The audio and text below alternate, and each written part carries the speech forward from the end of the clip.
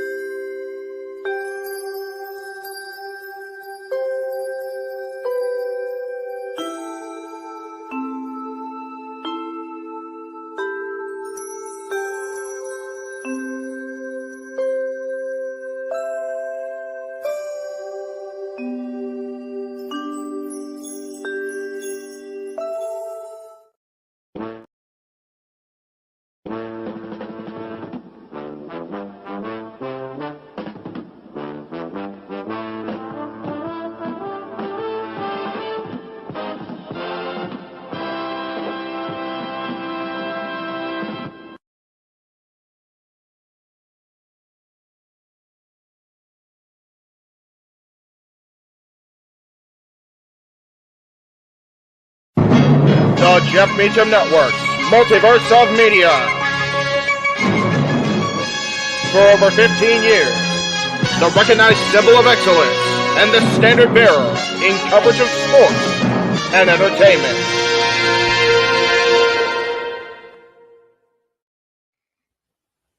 JJ, Jeff, you want to kick this thing off? Because I'm still trying to process everything here. Yeah, it's like, who wants to go first? Yeah, who wants to go first? Well, Come on in. It's open mic night with your host. you could maybe say there's really 4 topics, but it's split into 6. The Renegade, JJ Williams. The Sammy and Eddie Kingston thing, which one's the better smelling turd? And his panel of co-hosts. I am founder. We'll call me that for today since we're going with the Jeff Jarrett love theme here this week, according to JJ. The West Coast Professor, Jeff Meacham. Karma is karma is karma. That's professional wrestling! Damn it! The Simple Man, Noah Foster. It's showtime! Yeah! How you doing, JJ? How you doing, Jeff? James. Yeah. And the He-Man, James Hebert. Imagine Bill Burr, Joe Rogan, Paul White, the Baldies. There you go. It sells God. itself. Get in there. Short his ass and shit the bed. He's not Amber Heard. Give it time, JJ. Give it time. Now, I'm sure Jeff has some stuff that Dumb move. Just don't pull this bullshit again. You get one. Tony needs to stop caring about the ratings. Bradshaw said as long as the ads are in place, we're not going to lose that third hour. Real Honor does not have to be AEW Live. They don't necessarily have to coexist with each other. We kind of saw that tonight to a degree. Along with a panel of guests. He is no longer glorious. Don't you bring that up. You want me to rant about what my NXT used to... No, we are done here for the night. I swear, James. Because you never know who may show up for open mic night. I leave our company in the capable hands of an extraordinary group of superstars, employees, and executives. The first thing that came to my mind was, it's about damn time. Amen. I literally touched everybody in the state's trash. So it's horrible, you guys. Peyton's new thing is Dennis the Menace, but it's funny because she calls it Dentist the Medicine. And that's great. When Elliot Taylor came out and did Born for Greatness live, I was popping my pussy, having a great time. I didn't care. I was having so much fun. Sit back, relax, and enjoy the show. Fuck Bill Belichick.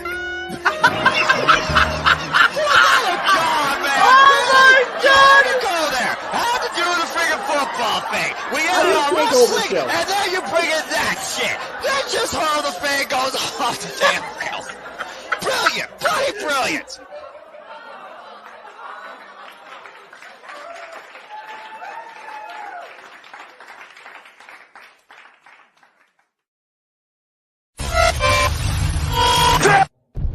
We're here.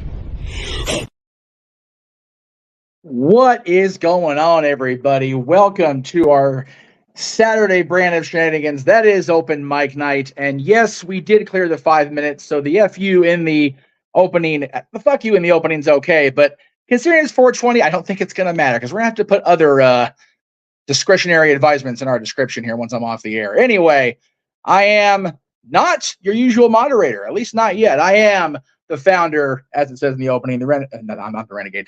I'm already tired. Don't mind me. Jeff Meacham is here. I'm gonna go ahead and just bring everybody in because the founder, the moderator, is not quite here yet. We're just gonna get our BS session going.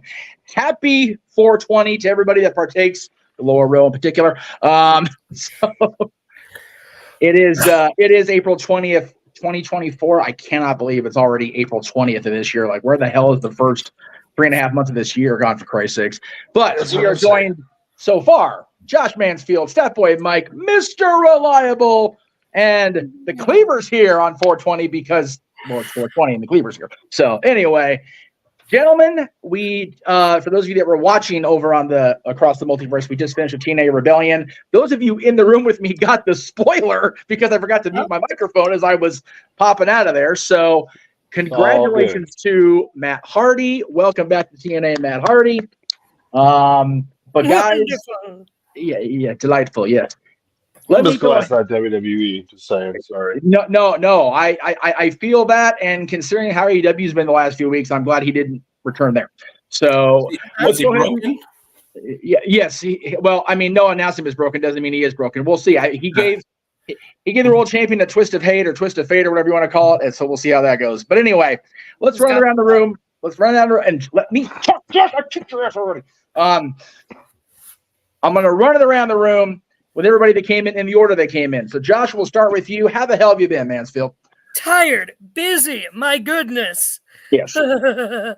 Life keeps me busy, but holy crap, I fucking love wrestling right now. That's it. There you go. Yeah. All hail the new era. Screw you, Tony Khan. Yes. All hail Triple H.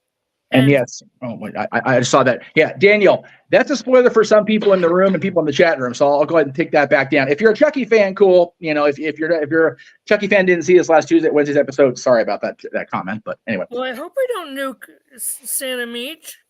Hey, Santa Meach is safe and secure in Santa Clarita for now. He's going to be in Phoenix tomorrow. God help him. But anyway, that boy, how are you today, sir? We know the sports world is heating up. We've got the Stanley Cup playoffs started today. The NBA playoffs, or what do they call it? The play-in tournament. That shit it's called.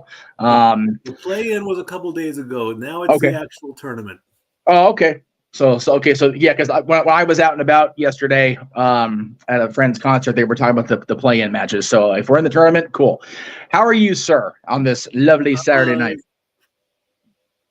Finally kind of broke the nastiness with the allergy cough that I have. It's been a disaster. That's why I missed Sports Bar last week, and the week after that wasn't as all good either. But this week, I promise we're going to have a much better show. And of course, the NFL draft is coming up Thursday night at 7:30. We're going to do the pre-show stuff. So if you've never seen the NFL draft before and you have no clue what's going on, this will be your NFL Draft 101. Then at 8 o'clock live, I'm expecting the first round pick to Chicago, and we'll just go for that entire first round. It's I'm looking greatly forward to that. I cannot wait to get back to the season. So I'm happy with that.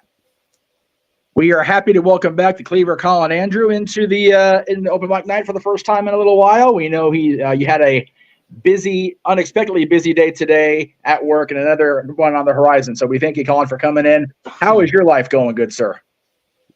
Right now, it's going really good because I worked like just under 12 hours today, and now I've been sitting on the couch for the last little bit and enjoying my 420. So I'm feeling good. I'm feeling hungry. Again, I haven't ate anything today, but it's cool to be back. It's been a while since I think the last time I did anything like wrestling related video was this like a couple months ago. Yeah. I don't do this much anymore. I've changed a lot of things in my lifestyle, and obviously smoking weed is not one of them. But nor should it be, by God. You know, but again, it's like a perk to being like a cancer patient. So, you know, yeah. If you have any perks, I guess this is the fucking one. That would be yes. But you know, Senior 420 Senior Bro, Walter Cruz again. Happy holidays, Merry Christmas to you. Yeah, I was gonna say, Colin had a hard day at work, but then he got high. Walter was watching the boxing, but then he got high. The rest of us on top aren't high, and we know why, because they got And high. I haven't seen Mr. Statboy Mike in a long time. It's been a while since him and I have conversed with each other. So it should be fun. I'm gonna give this until like midnight, and then I'm gonna eat something and go to bed. Just to make Perfect, man. That's I okay. told you I'll be on for a while, but no, there's a lot of things going on right now, and before I forget, fuck the Young Bucks, and okay, well we'll get there since you're not here when we get to those assholes. I know. I just I just had to make it clear because I'm not on things very often, so. Yes, and that's been the that's been the standard run around the room for a lot of folks. Walter, before we get to you, we're going to bring in our final two panelists, and then we'll ask them how they're going today. First of all, the man who called the action for us for TNA Rebellion, the simple man with a spectacular voice, the voice of the JMN as he calls himself, Noah Foster. Good to see you. And I will hold off on our last panelist because he's got his camera off, so I don't want to assume anything. Let's see. Okay. Oh no, to be right back. So just kidding. Yeah, I gotta do something real quick, but I'll stop the intro. Also, good to see you guys. I'll be back momentarily. Sounds good, brother. All right. Well, there you go. Walter, how's your Saturday going? Going well. I'm doing good. Be better in about 5 more minutes. Right. But, Yes. But I'm ready to go. Yeah. So far, the boxing is a little boring, but I'm just waiting for the main event. Like, I really don't even follow boxing like that anymore. It's lost its prestige. That Showtime and HBO don't even exist anymore with boxing. Talk about end of an era. That's an end of an era. There's no more Showtime boxing. There's no more HBO. That's crazy. Well, the entire presentation and approach to the boxing has changed exponentially in the advent of UFC becoming more popular and boxing kind of getting the bad rep for the overly concussive nature of it. So it is, it is what it is, unfortunately. And I mean, for those who like boxing, I've never watched a boxing pay-per-view that I'm aware of. I mean, I love the Rocky movies. I love the movies about boxing, but the actual boxing I've never partaken. So, all right, he is eating, but I'm told to go ahead and bring him in. Ladies and gentlemen, our moderator par excellence, the man who did the color analyst portion of our Rebellion presentation, the Renegade of Wrestling, JJ Williams. JJ, how are you, brother? How's it going, everybody? Good to see you. Well, hey there, how there, oh there. You know what I'm saying? Yes. I'm stoned there. Good to see you, JJ. It's been a while, bub. Good to be seen. Good to be seen. Well, at least once I come back on camera. Yes. That's what she said. Hi, JJ. Hey, troublemaker. Yes. So full disclosure, I did invite Josh in. I did make sure that I talked to Greg as well. We were finding ourselves what could be a little short staffed tonight because people were canceling last minute. So I did call in the reserves, JJ. So there you go. Or at least I tried. Greg is about as under the weather as Mikey was the last couple of weeks, which is why Greg is not here with us.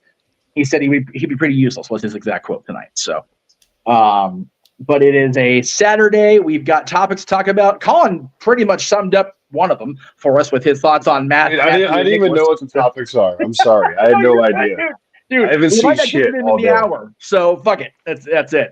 And it is your guys'. Let me do this. Let me get this properly balanced here. There we go. Now we got one on each side of poor Mikey. Surrounded, Michael. You're surrounded. You're trying to bring me back to the old Casa days where I actually did get a contact high on 420 once. Oh, I believe it. And those of you that the best night of your life too, wasn't it, sir? Renegade knows the story more than I do. We can share the 420 stories. I mean, Colin's here, so we can do it in the first hour if he's going to leave. Chronicle. That's a new Chronicle. It's a members only thing. Let's do this. Oh, that's it. Subscribe to the Casa channel, and there maybe JJ will get Colin and Walter in for some story times. I'm just booking JJ channel for him at this point. Whatever. Anyway, okay, what's 420? Fuck it. All right. So JJ. Well, again, with Uncle Cleaver, baby. There you shit. again, JJ and I would be in Vegas with Attila for Rebellion if finances were not what they were and scheduling was not what it was. But we would also have Rob Van Dam if Tony Khan would learn how to book people on the right day in the right city. But that's okay. He's on Collision tonight or whatever he's on, so good for him. Good for Rob for getting the payday. He's on some show that's not being watched because TNA Rebellion was on. It was the Superior show. That's valid. That's valid.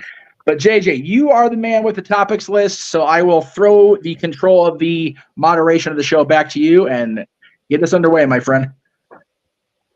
Sounds good. I do appreciate that. Let me scroll up to where the topics were. Ease. All right. So, first topic at hand appears as if spring cleaning is upon us. Yeah. We had 5 releases over the course of the last 24 hours. As far as I can tell, there have been no others. And if reports from internet wrestling journalists are to be believed, then we've pretty much gotten everything we're going to get for the time being. Right. But I don't trust those journalists as far as I can throw them. So, you know. Well, I can tell you which one it is. You probably thrown pretty far. Nah. I wouldn't want to. I'm too old. I'd probably throw my back out trying to lift either one of them. Valid. That's valid. That's fair. That's fair. You know, unless it was the one with the nickname of Hollywood, in which case I would probably be able to heave her pretty well. But then we're just talking.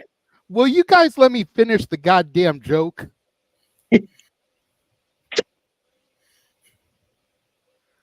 I wouldn't do that to a woman in the first goddamn place. That's fair. Jesus, Mansfield. Sorry, we love Denise. Can't help it. Get your titties tied up and out of a bunch, okay? Here we go. Go sit in the corner, Josh. So, in any event, 5 releases. Jinder Mahal, Sangha, Veer Mahan, Xia Li, and Zion Quinn. What are our thoughts on the releases? It's never good when people lose their jobs. But at the same time, when was the last time any of them, with the exception of Jinder, were relevant in a modern day storyline? You know, I mean, we had Jinder at the beginning of the year and the thing with The Rock, and he got a title match with Seth Rollins. But prior to that, he'd pretty much been on NXT within this year. Yeah. Xia Li got in a match here, a match there, but wasn't in anything substantial. Zion Quinn got squashed by Braun Breaker in like under 30 seconds on SmackDown. Yeah.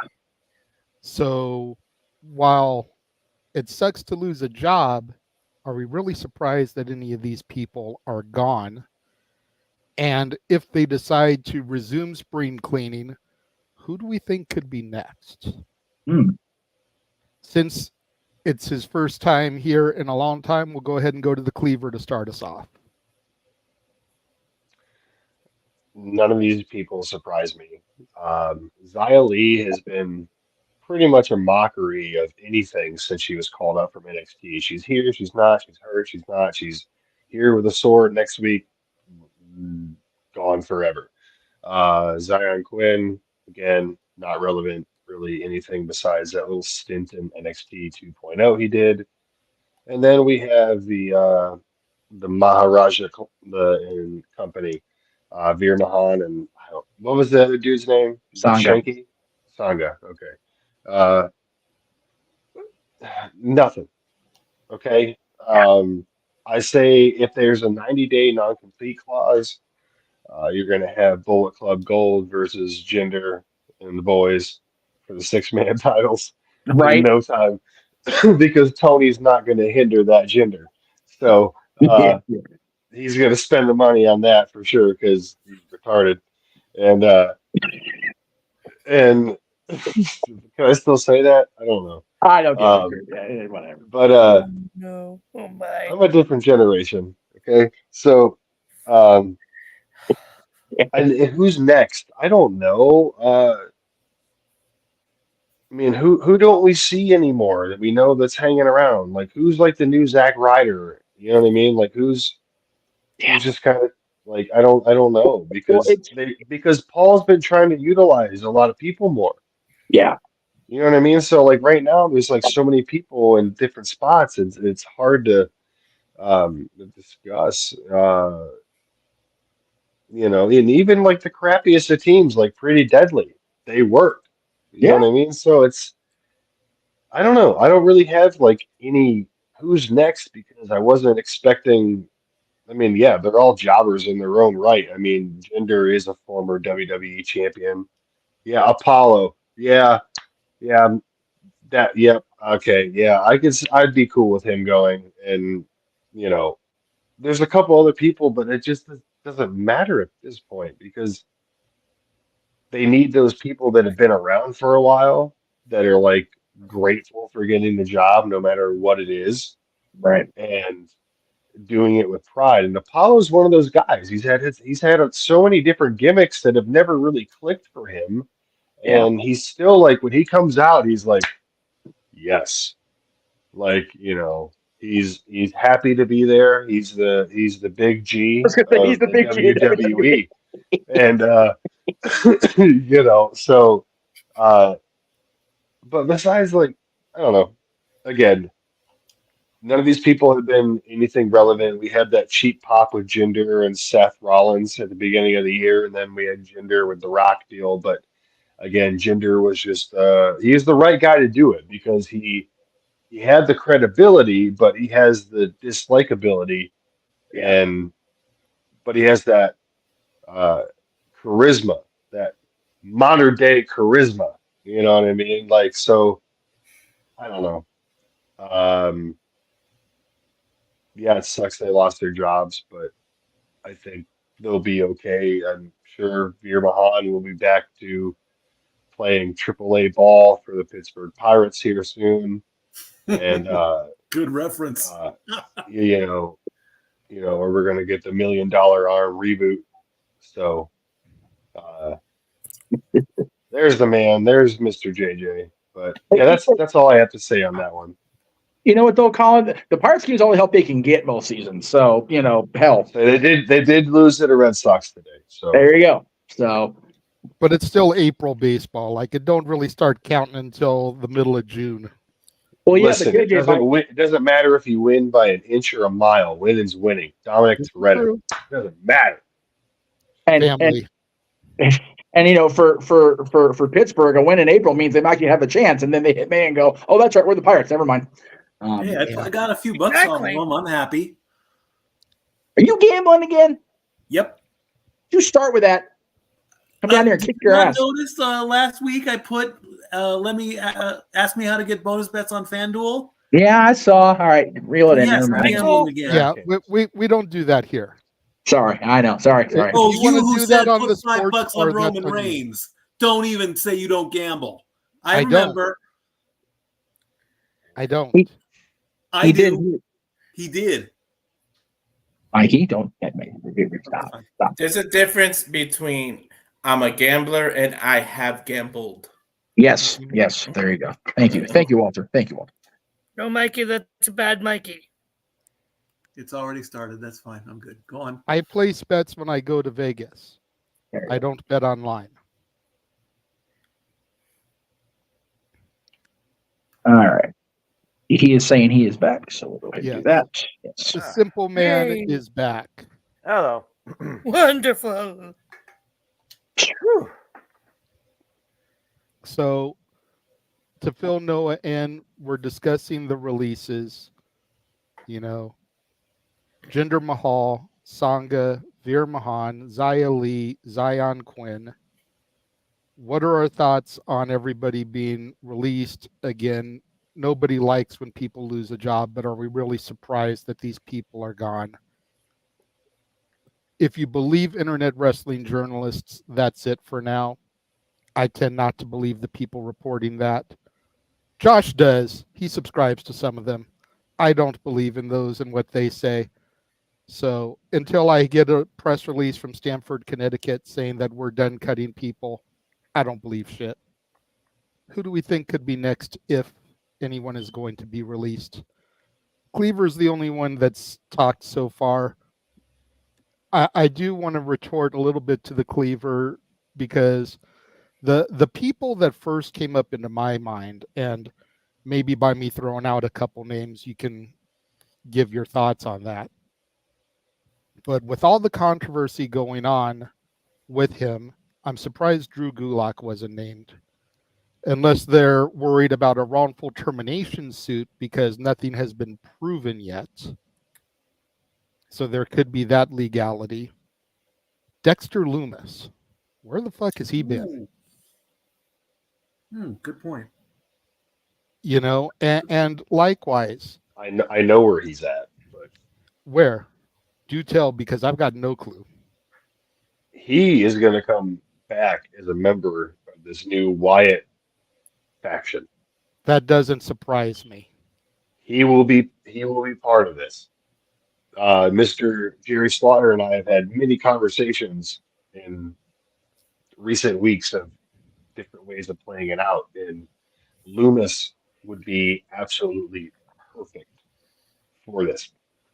If they're going with a Wyatt 6, they need another person because we always seen Redbeard pull from independent dates. Strowman's still on the roster. Bliss is coming back. Then you add Howdy in there, and that's 4. You throw Loomis in there, and then maybe Joe Gacy. Joe Gacy's definitely somebody I thought of. You know, I also so you throw them in there, and then someone else threw Nikki Cross in there. But having 2 females in a group, it seems a little, there's always going to be that fight for like the alpha. You know what I mean? So it'd be cool because of her character, but obviously Bliss will be a part of this. But the 6th person, I mean, if I had to put anyone in there, it'd be Dexter Loomis, absolutely, all day. I mean, he's got a good character build to him. I mean, he's not the most like buff dude in the world, but he's got a nice stature to him. He's got that silent but deadly look. And if you put a mask on him or whatever you do, maybe he's the red sheep. You know what I'm saying? Something like that. So I think it'd work, but moving on. Not a bad idea. Before he re-debuted in TNA tonight, I thought Matt Hardy would be a good call too. Yeah.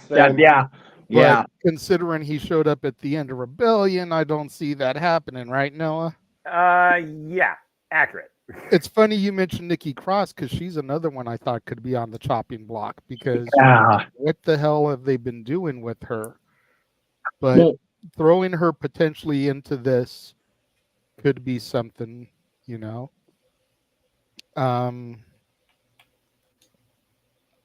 It's going to sound like personal animosity, but honestly, aside from this new heel turn that she's on, just get rid of Candice and Indy. They've been doing nothing with Indy really since she came up from the NXT roster. Just Cedric Alexander. That was going to be mine. Yeah. Ashanti the Adonis. Yeah. There's some of the people that Trips re-signed haven't been living up to the hype of bringing them back. Arguably, and me and Noah were mentioning this on the call today, AJ Francis is doing some of his best work over in TNA. True. So there's just a few names that I was thinking about. Jesus Christ. Josh, we'll go ahead and go down to you, then we'll start coming back up. So, when this started last night, the first indication we got was Jinder, who has now been hindered, tweeting first, "I quit." And then you see Sangha and Veer, who is, done coming now.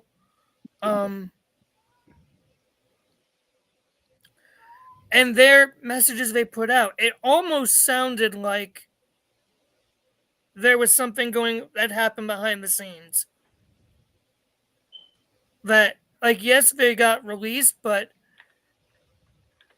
part of me feels like it was like they did try and quit. At least those three, at least Jinder, by how it sounded, or at least how he tried to present it. Xia Li, she hadn't been doing much. She had a feud with Becky Lynch, which was good for her, but then didn't do anything after with it. Zion Quinn, yeah, he was Breaker's jobber. The thing that, at least what has been reported as part of the reason, is they had not been, yes, I know, they had not been progressing to the levels that management had wanted or had hoped to see. So it's hard to say. I mean, I feel bad for Jinder since he's been there since what, 2011? 12. Yeah. Well, but he was gone for a little bit in between that too. Remember, he got brought back. Oh, I forgot about that. Never mind. Still though, it's still valid. Yeah. But yeah, it sucks. Honestly, the person who I thought I would see get released during that was Omos. Yeah. Just because, I'm sorry. Yes, he's big. And yes, Undertaker's a fan of him. But I'm sorry. You can't do much with him. Like Obafemi is what they wished Omos was. Yes. Flat out. That's valid. The others I gotta say, last year in the draft, to Raw, they drafted Odyssey Jones. Where's he been? Hasn't appeared on the brand once. I forgot all about him. God. Exactly. Like not even like in backstage, or like in the background of backstage or catering. Holy shit. That I didn't remember he was on the thing. Wow. Mm-hmm. I don't see any of females to really release. Just off the top of my head. Honestly, I'm still surprised Von Wagner's around. If I'm being honest. That's NXT, but... Oh, yeah. He's been having a great story going on. Yeah. I'm just not biggest. If you're not versed on the product, don't comment on the talent, Josh. I know. But okay. The other one I'm thinking of, another SmackDown star, Cameron Grimes. Yes. He's one that had so much potential in NXT. Had this great freaking feud with LA Knight that made them both in NXT. He's come up to the main roster and done nothing. Like, I feel bad for the guy because I was wanting to go to the moon with him. Cameron Grimes. Definitely a missed opportunity. He's become a higher paid jobber on Friday night since he left NXT. It's disappointing as fuck.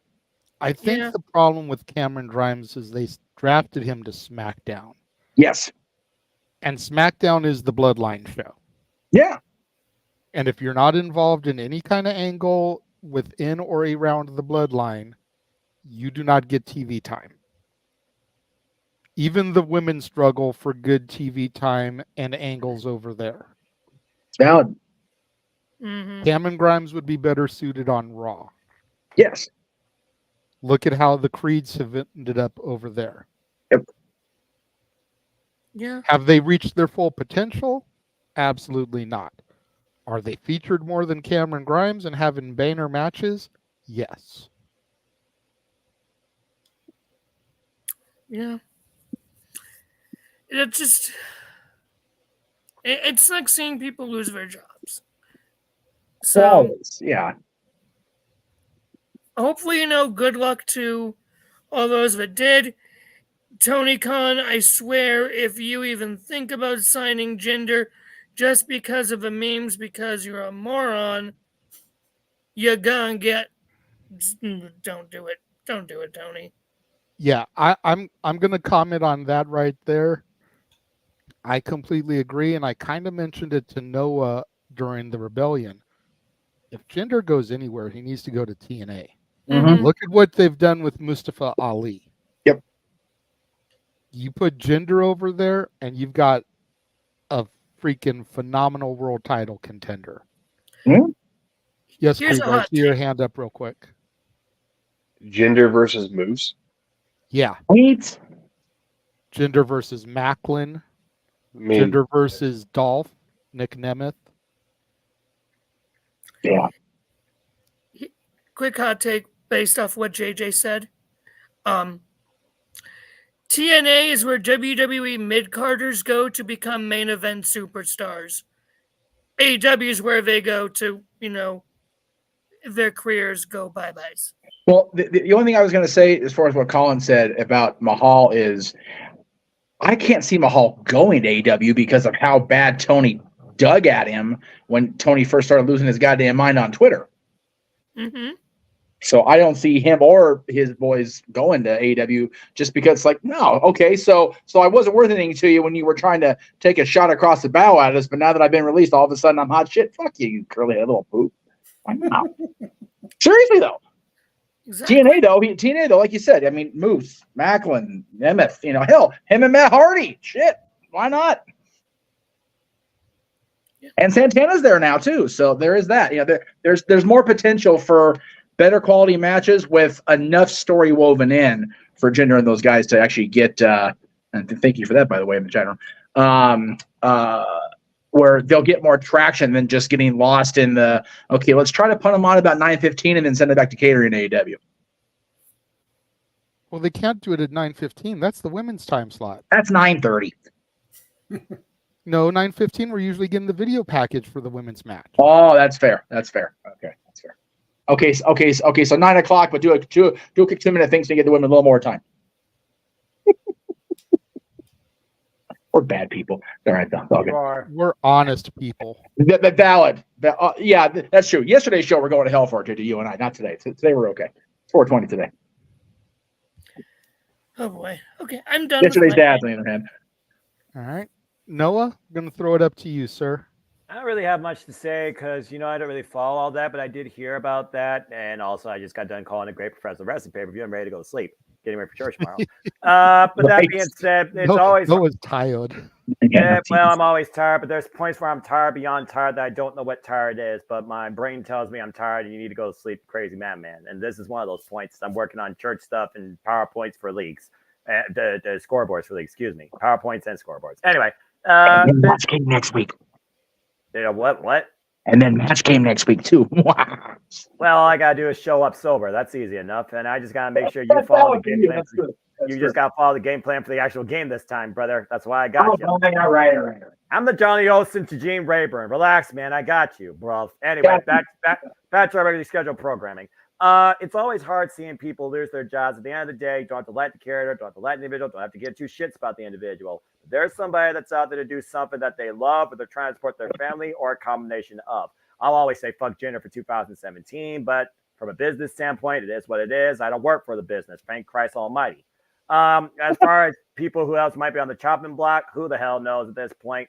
It's one of those things where if you don't fit Triple H's vision, you're not going to have a spot in WWE, not even on the house show circuit. And for all we know, the house show circuit might be dwindling with the changes that are being made allegedly to the premium live event schedule outlook. We were talking about that during our pre-show production talk, JJ, prior to going air for the 0 hour with Rebellion. I don't really have anything as far as names that I think might be on the chopping block nets because I don't think about that. Plus, I'm not invested enough in WWE programming on a weekly basis to think about this name's irrelevant, this name's irrelevant, this name's too over irrelevant, this name's irrelevant, blah, blah, blah. And I still don't watch NXT, even though it's fairly to be. I keep up with highlights, mostly because the women's division, Ilya Dragunov and Dijak. But it always sucks to see somebody lose their jobs. We should never have any negative feedback on that. Because at the end of the day, you're not them, and they're just trying to make a living. Anybody at this point is trying to make a living, no matter what you do, in and out of the wrestling business. So I wish them all the best. I mean, the last thing Xia Li did, she faced Lyra Valkyria for the NXT Women's Championship earlier this year. Failed. She was in the Royal Rumble. Failed. And then she did nothing. And the other names, who, what, is it? IKEA, Montgomery Flea Market, what? Okay, that was random. I guess the Indian market merger didn't work as well as I thought when you use a Canadian. So I wish them all the best. And we'll see what happens next, because I'm sure I'll be talking about Akira, but Mike Knight or my ATW group will spoil it, because I don't follow that news, I don't follow dirt sheets, and I sure as hell don't follow you on the channel unless I'm tagged with everybody. All right. Very well put.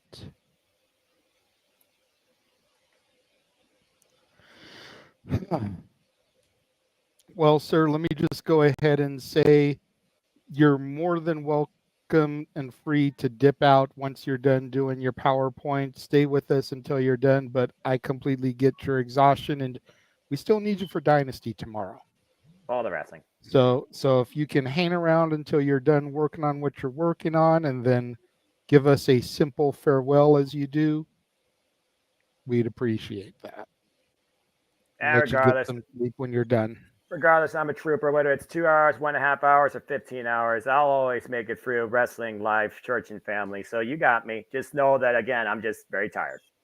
All right. Walter, go ahead and go over to you, sir.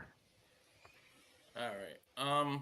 There's not much to add about the people that released. We're all saying the same thing. Sucks to lose your job, but we're not shocked by anyone. So in terms of who else is going to go,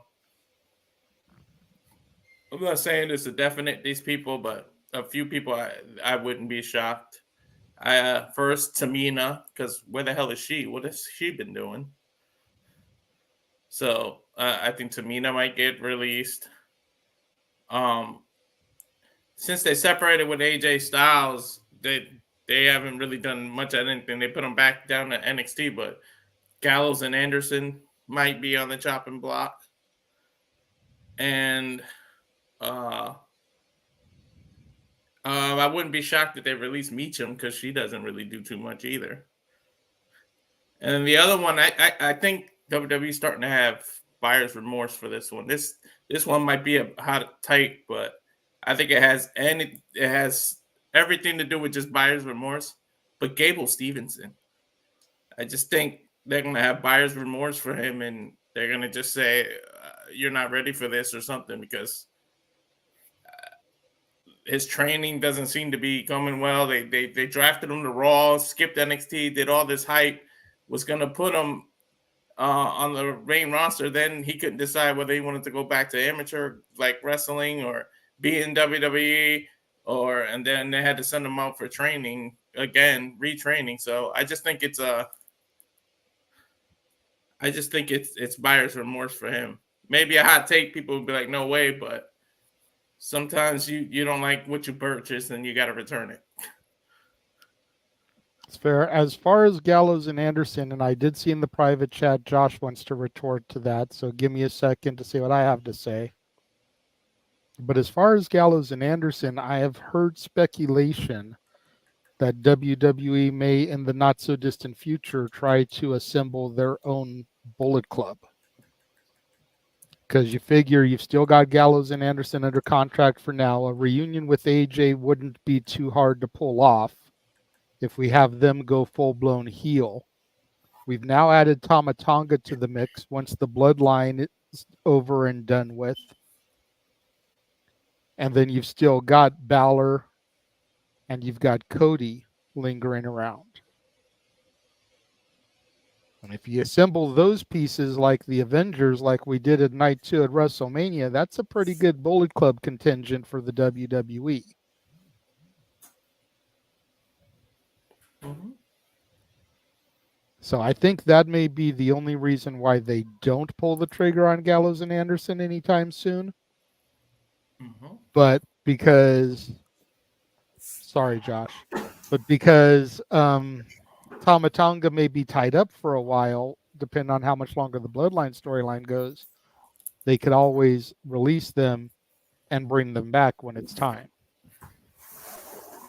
And if they do, then Gallows will truly be the man with 9 lives because Jesus, how many times are you going to get released and come back?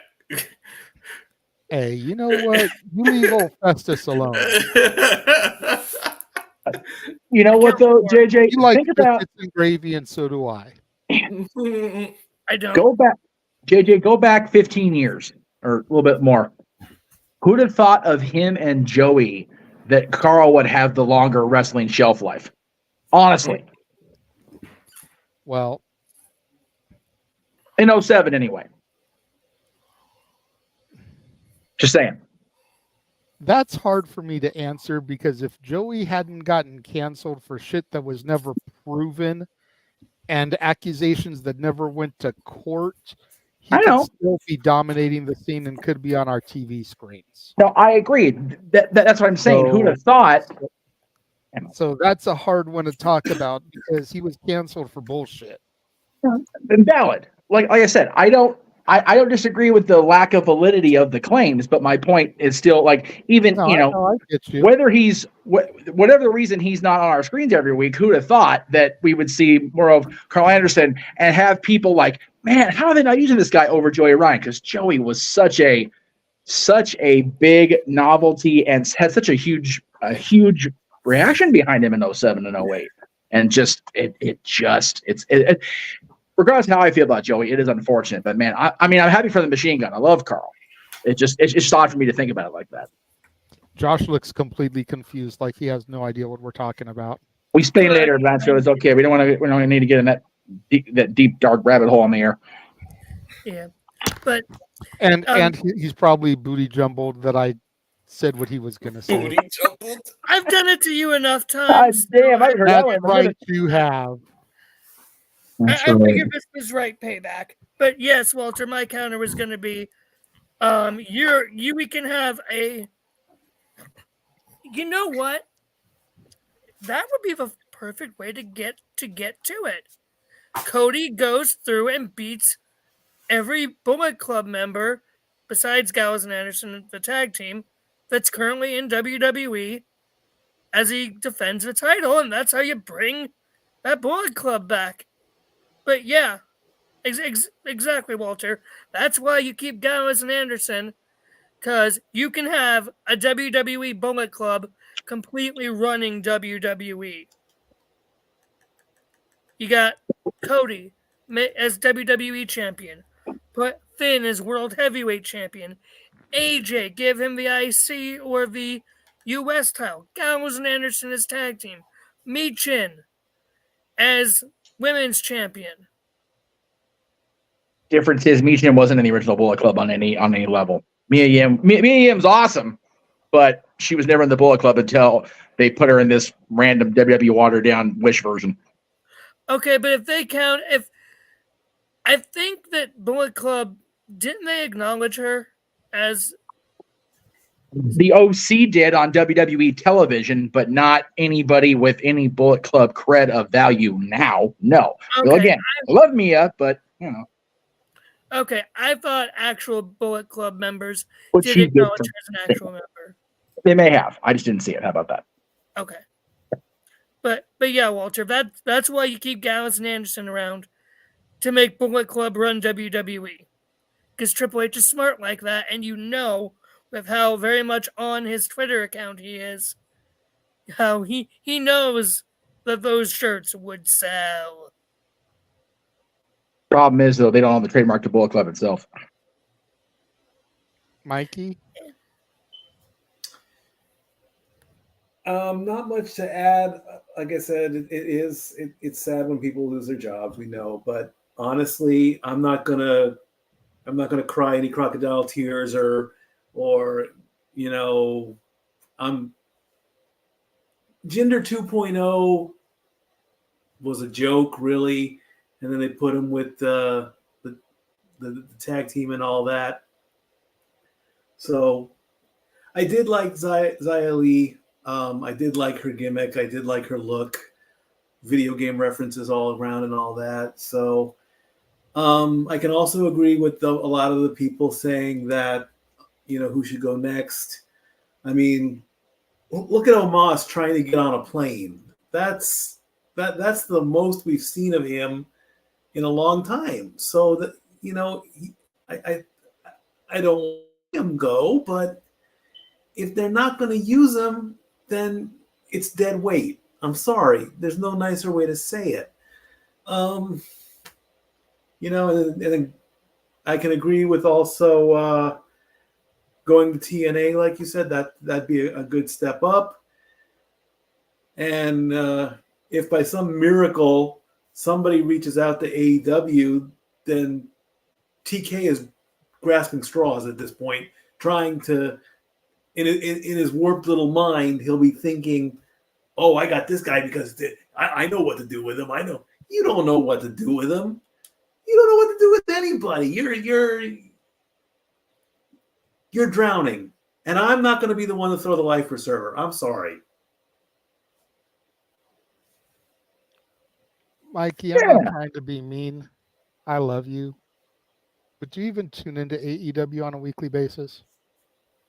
I have no reason to. I'm sorry. TK is ruining everything. Much like Jeff said to Josh, don't talk about the product if you don't know about the product. Yes, please. Makes us look silly. Accurate. Trust and believe. There's people on this panel that can give TK massive amounts of shit. And we will we actually tune in and watch the show. Yes. I went for over 30 minutes about Tony Khan and what I would do to change the freaking show. Yes, he did. Trust and believe like you believe in Joe Hendry. Hey, you know what? Josh, don't start. Mansfield.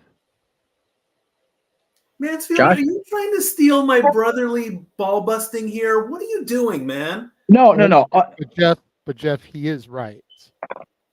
I do concede, and as of tonight, Noah will contest. I do believe in Joe Hendry. Where the hell is Datilla? Somebody get her on the phone now. She's there. Somebody get a hold of her right now. She's in line to meet him. Oh, tonight. Oh, is that after the show tonight? Yeah. Well, then get her on the phone with her. Okay, hang on. I'll be right back. I'm dead ass serious. I'm making this happen. Do it.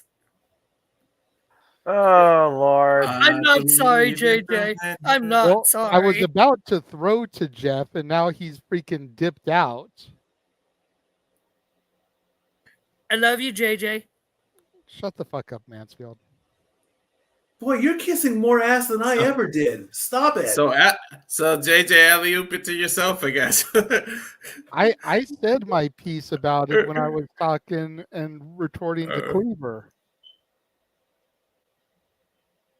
You know, I said what I needed to say.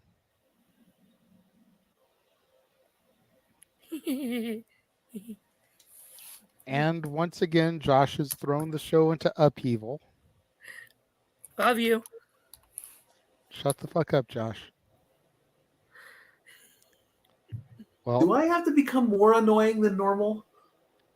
We'll go ahead and we'll do a soft transition into the second topic because I just saw the private message from Cleaver saying that he was going to tap out here at the top of the hour. So we'll go ahead and move on to the next topic, and then when Jeff comes back, we can rewind back to this one. He can give his 2 cents, and we can carry on. But the second topic for the night was that finally we have new tag team championship belts. Thoughts on the designs and thoughts on the fact that they've been hot-shotting the title matches instead of making us wait till Backlash. Because both number one contenders are getting their title matches next week on Raw and SmackDown, respectively. Why they didn't save these matches for the pay-per-view, I have no idea. But the World Heavyweight Tag Team Champions and the WWE Tag Team Champions.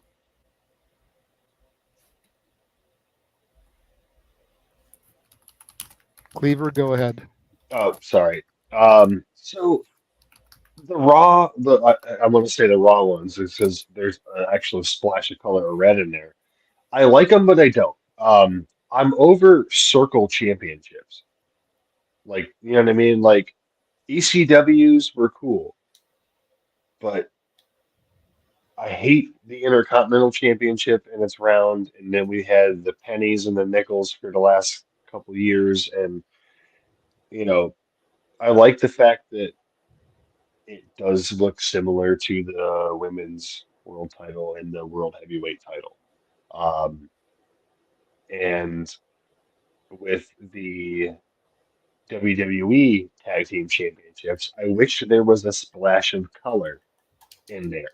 Um, they have that early 2000s vibe when we had the separate SmackDown titles with the blue in them, but still remind me a little bit of the ones that I think everyone here but Josh was alive for.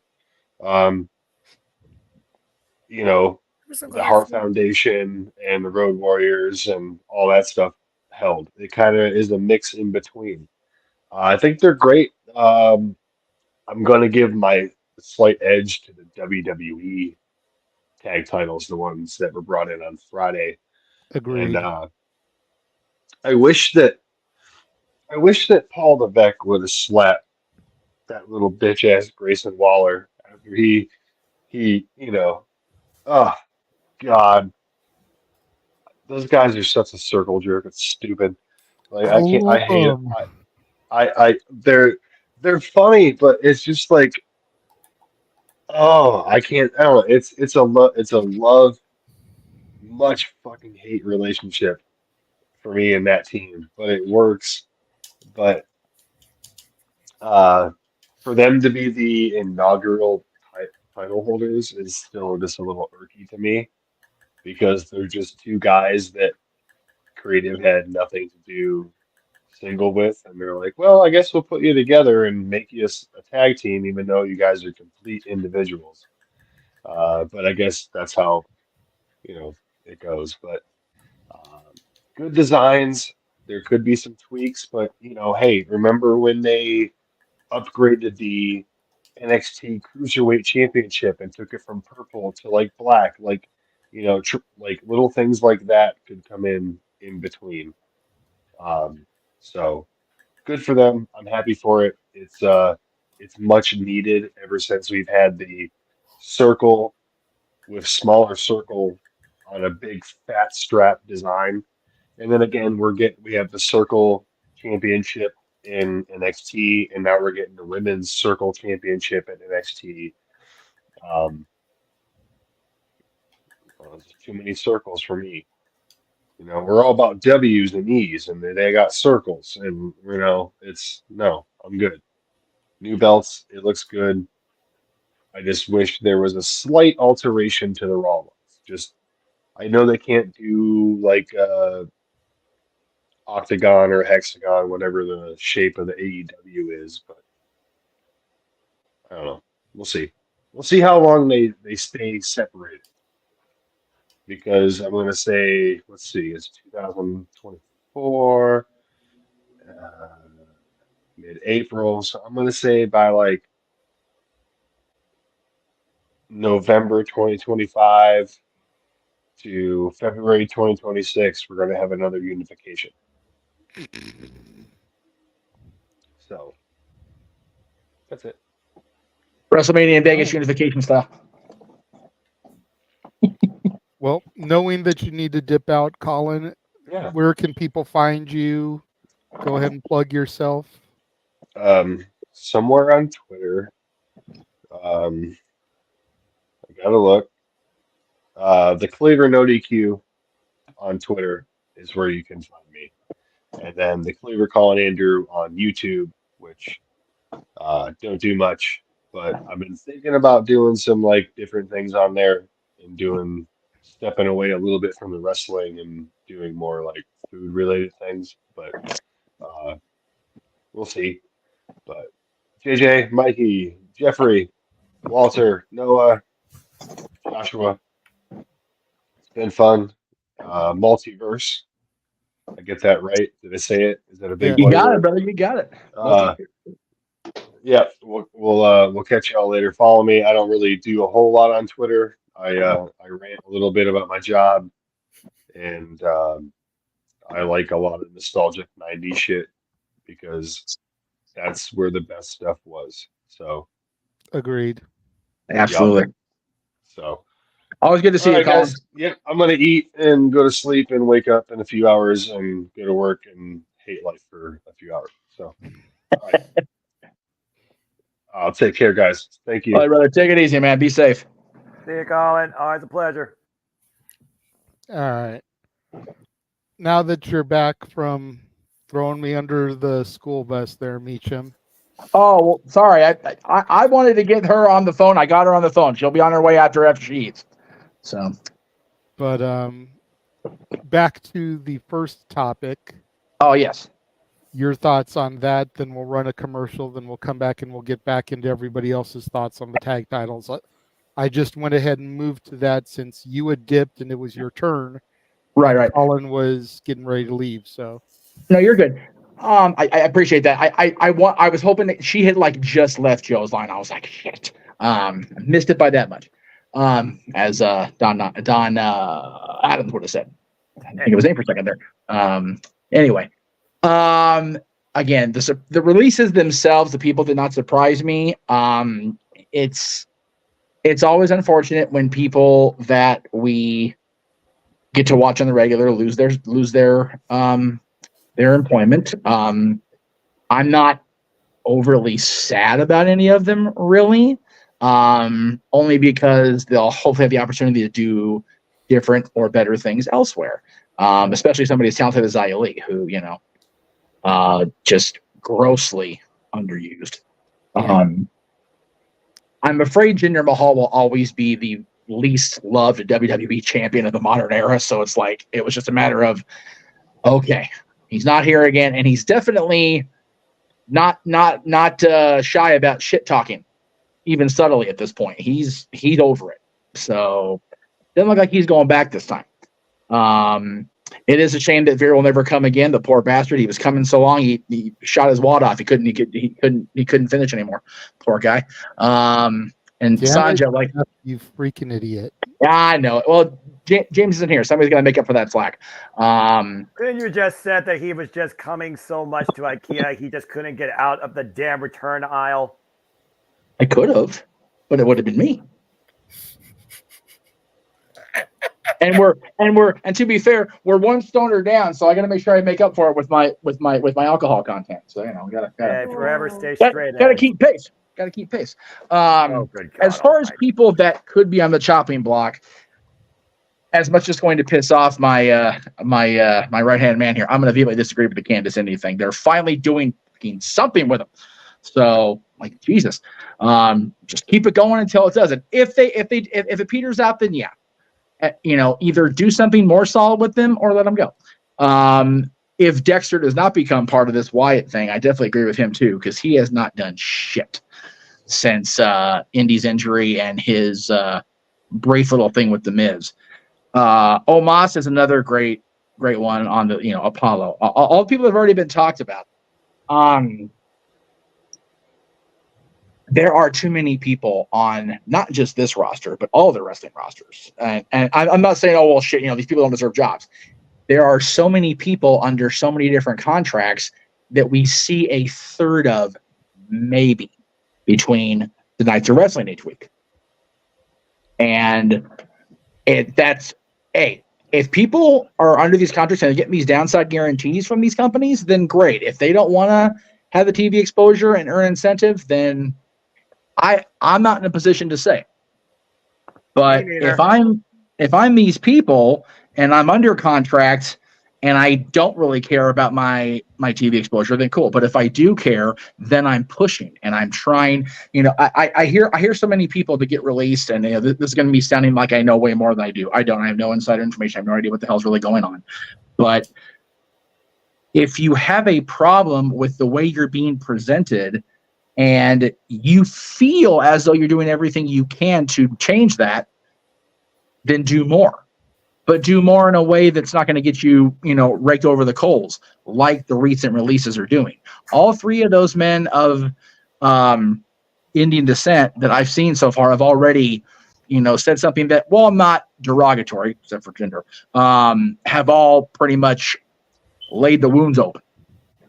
That's not the way to go if you want to, not only possibly go back, but have a good impression going to TNA, AEW, wherever you're going to go. If you're going to come off like a disgruntled, bitter shit, other than Tony, who's lost his goddamn mind, you're not going to get hired. Yeah. Because, well, if he's going to shit talk them, what's going to happen when I don't want him anymore? That's stupid. Zaya has been nothing but complimentary of WWE, of Triple H, of everybody. And if they find something for her to do, they'll bring her back. That's the difference. I had a different shirt that said "Radiate Happiness." It was a Disney shirt, but "Be Kind to Your Mind's" another great shirt for today because of everything going on over here and with WWE releases. So I feel like the people are going to bounce back. Okay, as far as people that might be on the chopping block, nobody's safe. Even if it's been under the carpet for so long and finally exposed to the air, if Vince McMahon can get run out of his own company, nobody's safe.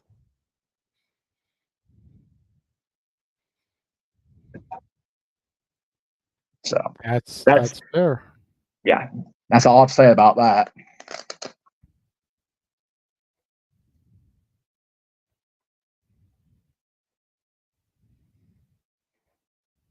Okay. All right, so now that we've finished with the first topic officially, going to go ahead and throw to a commercial.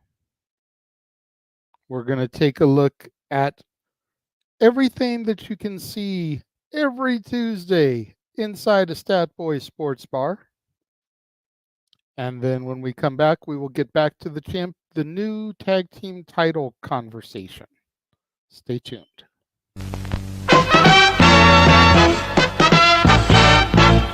And now, preview time.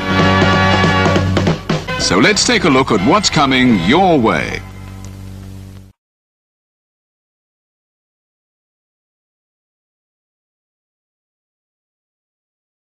You ever wanted to come into a sports bar where the barkeeps know their game?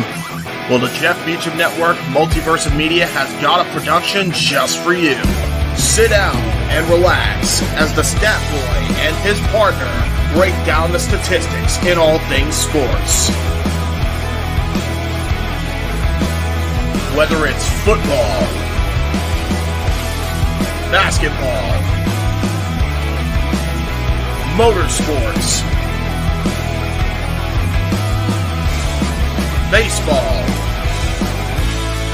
hockey, soccer, professional wrestling, mixed martial arts, boxing, and much, much more. All are welcome.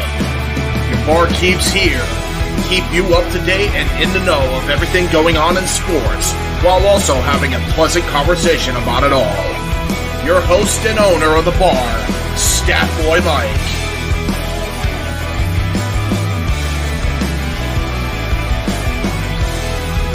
His partner in crime, Dory Lou.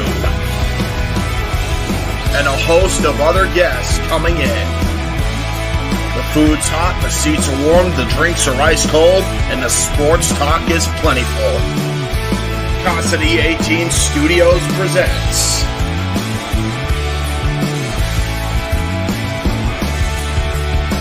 Stat Boy Sports Bar. Take a bar stool and enjoy the show.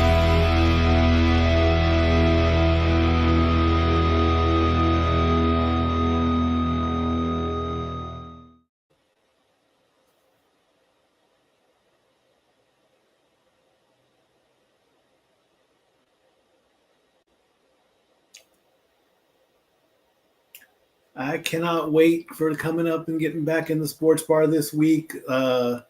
It's gonna be a much better show than last week, I promise.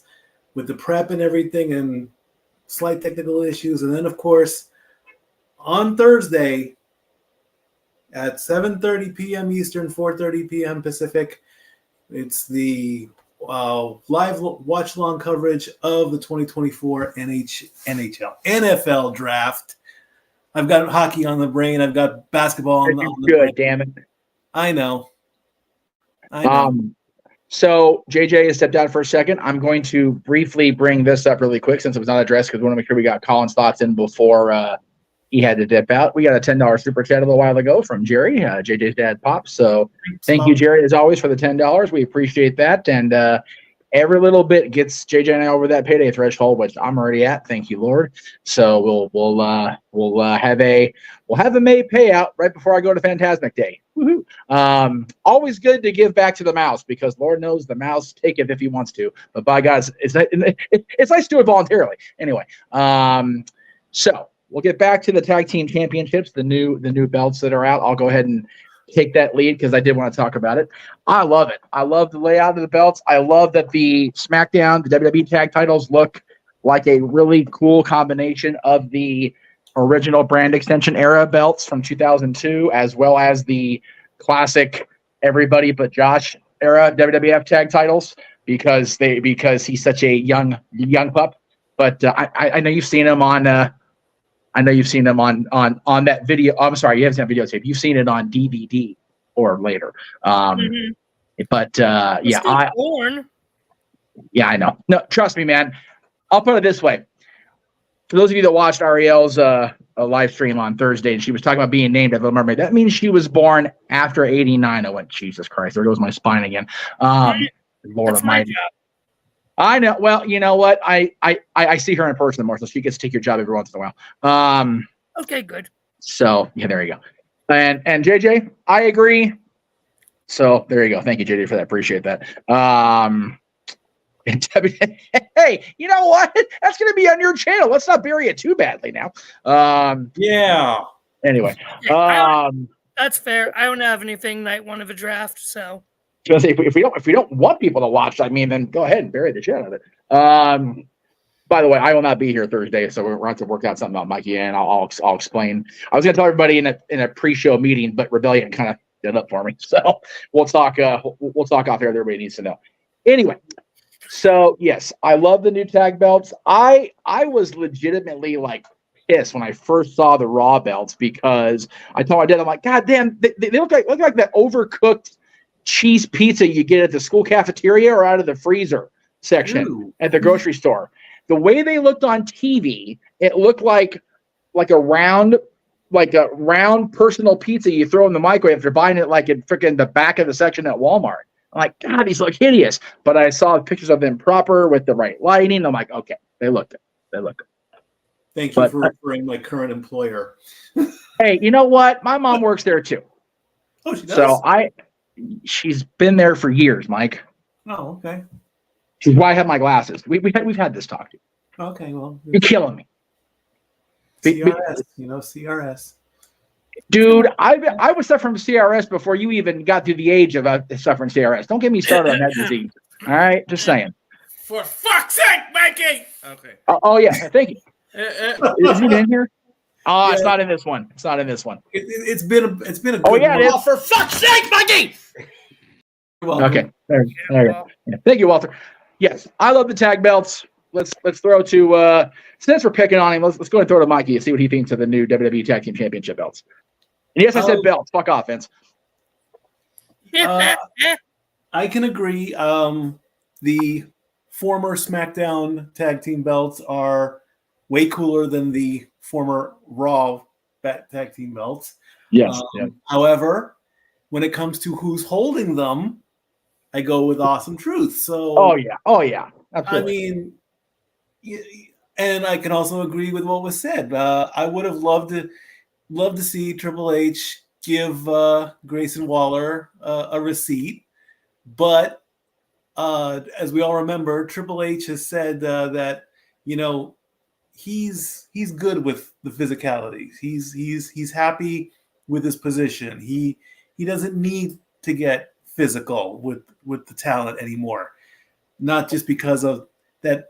that he can't, or he just doesn't. He doesn't need to. He doesn't want to. He's happy, and doesn't need to get physical. Sorry, wrong night. It's not Ace Karaoke till June. I'm sorry. Go ahead. So I don't know if you even want to call this former a throwback. It's paying homage to the way the original tag team belts look. They were like a big belt buckle, really, and that's I remember it. And I can see the reference to a pizza, but like I said, the people that are holding the belts, I don't know how long they're going to hold them. I would love to see maybe a 6-month run for Awesome Truth. Don't give them a year. Give them 6 months. As far as A-Town Down Under, 2-3 months tops. Hey, if they are going to go through with National Treasure 3, it should center around trying to get our truth, because that man is a global treasure, and it should be around him being tag champions. Walter. Yeah.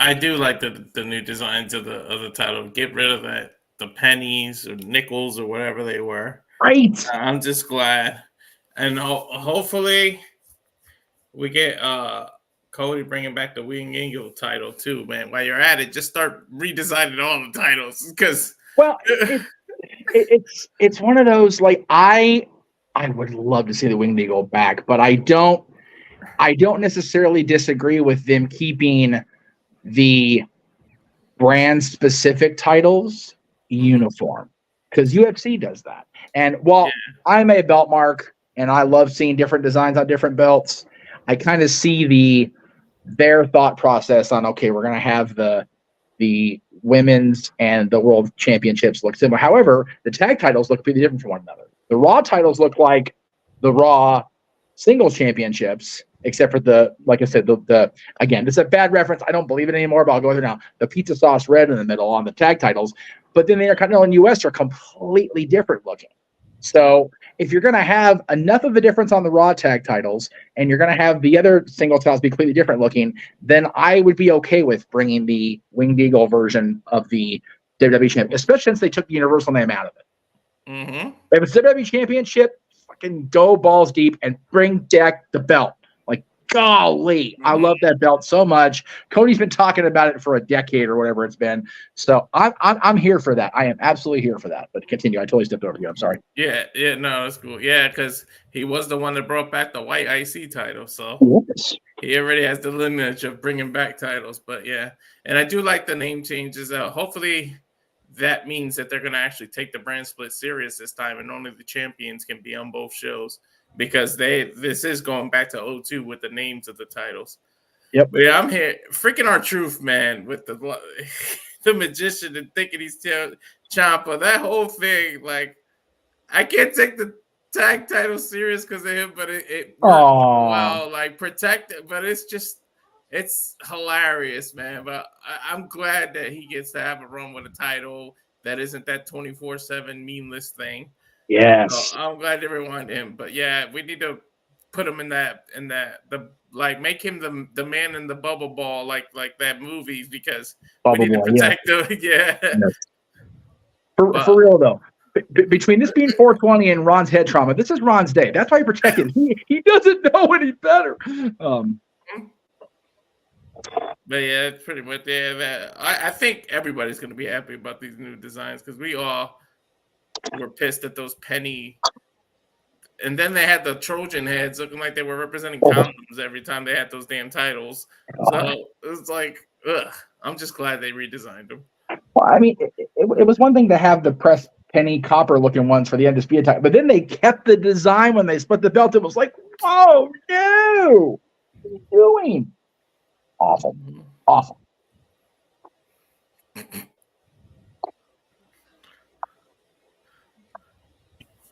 Anyway, let's see where we're at here. Noah, we'll go with you next. I'll make Josh wait, just be that guy.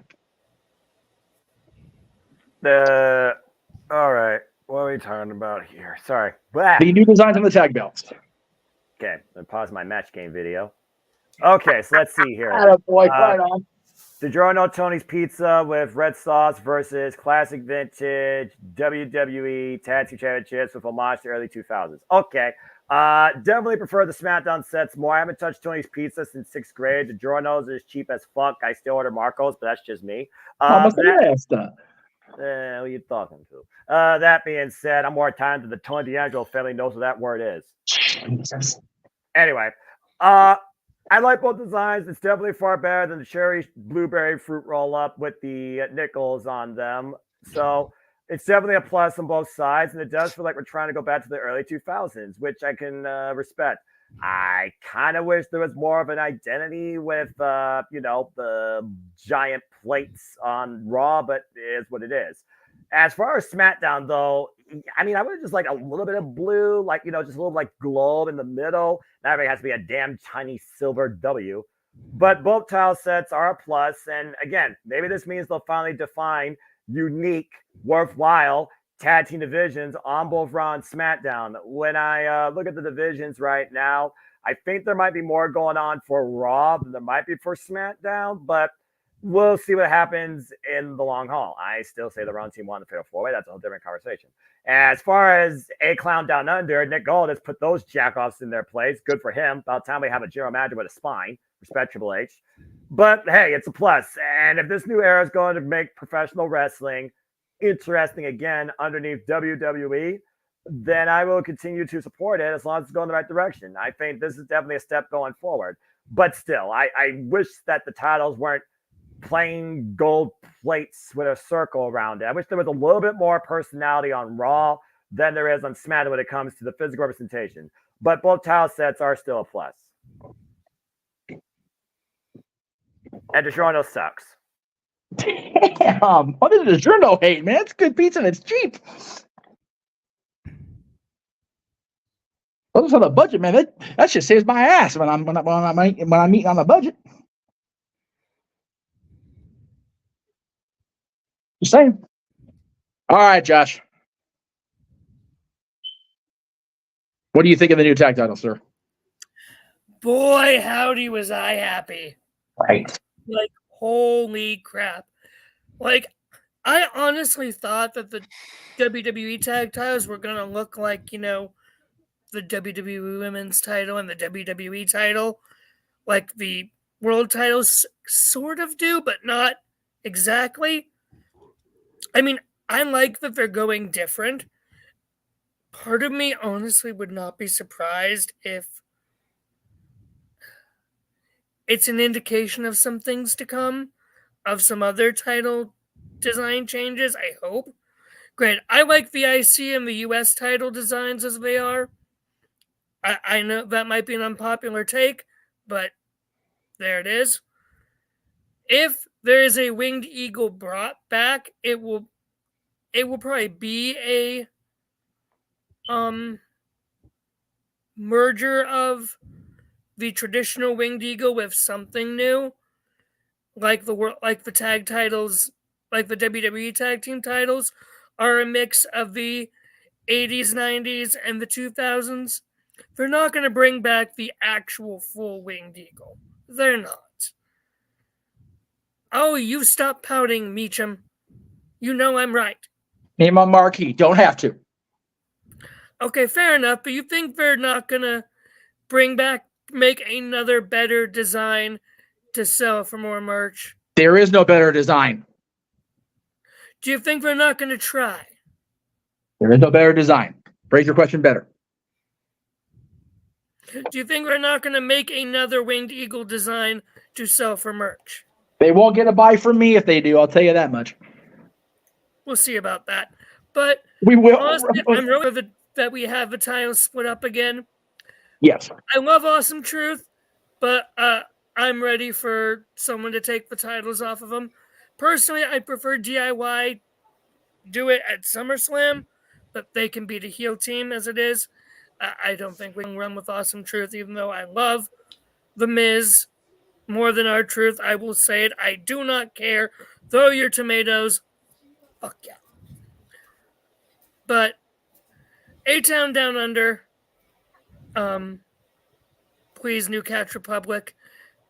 I need the big strong boys and he does big strong boys with those tag titles. Because don't you? I mean, for goodness sakes, those two would look so fucking good with those tag titles around their waists. Those would bring legitimacy to them. And I know that no one who's paying attention would very much agree with me and his, his NXT professional wrestling, damn it, but we don't digress. So, thus endeth the rant. All right. Mikey had his hand up, and then JJ, take us home. How would it look, or what would you think if they somehow combined the look of the winged eagle with Cody's current red, white, and blue logo? No. So first of all, no. Second of all, that variant was out there, and I appreciate the effort by whoever. Good on them. But no, if they're going to bring back the winged eagle, I want my black strap, big eagle, freaking gold, dual-plated, by God, WWF championship. And I want Bret Hart to come present it to him. I don't know if I want Bret back. Bret's kind of bugging. He's kind of promo on Goldberg. Or Sean, or somebody that's like iconic with that wing eagle. Okay. Everybody can throw the tomatoes back at me all they want, but since he actually did do something in the business for over 40 years, it's 40 years of Hulkamania. Have Hulk present it. He's the first one to have it. Let's see. Hulk, Andre can't, Randy can't, DiBiase probably won't get brought in unless they actually prove that he and his boys aren't actually getting any more shenanigans. Warrior can't. Slaughter's on the outs of the company, it looks like. Undertaker's another one that could. He could. I don't want Flair near a live microphone. No. And he was involved in the match at WrestleMania. I was going to say he was the one that took out the final boss. So if anybody's going to make sense besides Hogan for me, it's Undertaker. Mm-hmm. But yeah, down the line, all the way up to Austin. But Hogan does make sense because he's from that Dusty Rhodes era too. So it's he's from the Dusty era. Hogan looked up to Dusty as a fan. First person that he wanted to be was Dusty. So it just makes sense for me considering what year it is, the 40th anniversary. They put out so much goddamn merch at 40 years Hulkamania, which I also haven't bought, by the way, Josh. So suck it. Just saying. So yeah. For me, that's how you do it. But if they're going to bring back any variant, I'm going to be like, it's going to take a lot of convincing for me to go against my classic love for the winged eagle. Now, having said all that, Mr. Williams, what say you on the tag titles? And then please take the reins of the back show back because I'm tired of this moderating. Well, first thing I want to say to Josh for most of his hot takes. Shut the fuck up, Josh!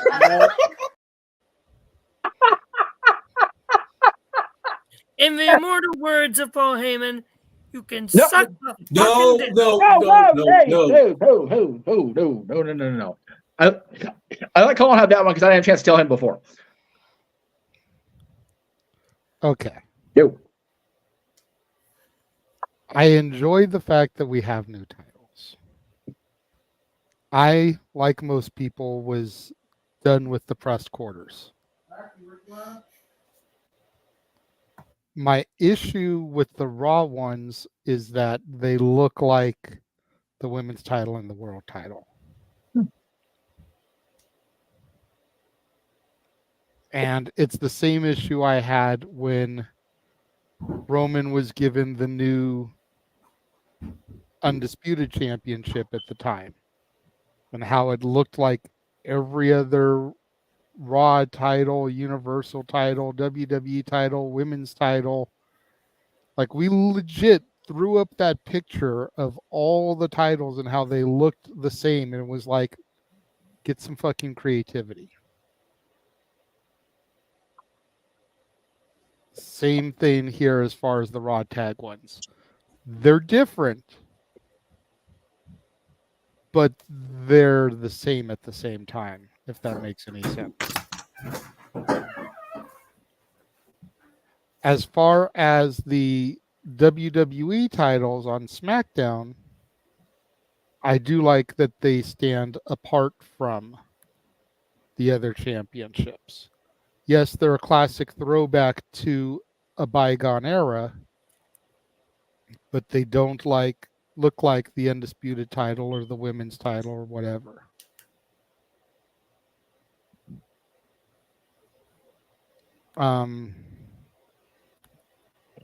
Trying to get the belts off of Awesome Truth right away. What the hell are you smoking? I mean, I don't have anything of Walters or Cleavers. So It is 420 though, so it could be keep walking up in the window. I know. It's like, so you're not smoking nothing, and you're coming up with this take. What? So you're just plain nuts, is what he's saying. For real? Like, you need to let Miz and Truth cook for a minute. What? They just got the belt. Why are Which you is why trying I to was take it upset. from them right away? You had your turn to talk. Shut the fuck up. Stop interrupting. Put you on timeout for real. You can raise your hand and you can rebuttal when I'm done. Pretend like you've been to a debate before. And if you never have, pretend like you've watched a fucking presidential debate at least once in your life.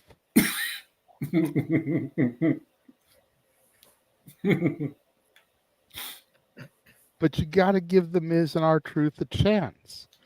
And the same thing with A-Town Down Under. I don't understand why people are hating on A-Town Down Under.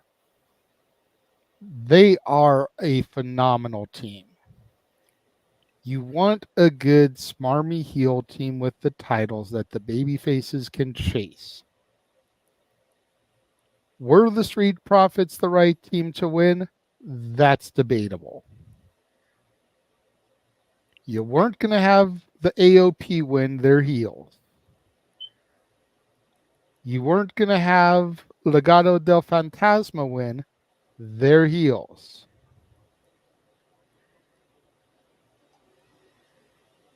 So that only leaves the Street Profits and the New Catch Republic. And while New Catch Republic is awesome, they only recently became a team. You want to really help solidify A-Town Down Under as heel champs? You have them beat the Profits. Just saying. Jay, of everybody in that segment, A-Town Down Under hasn't blocked me yet. So I like them better than I like Nick already. Yeah, you know. I'm just saying.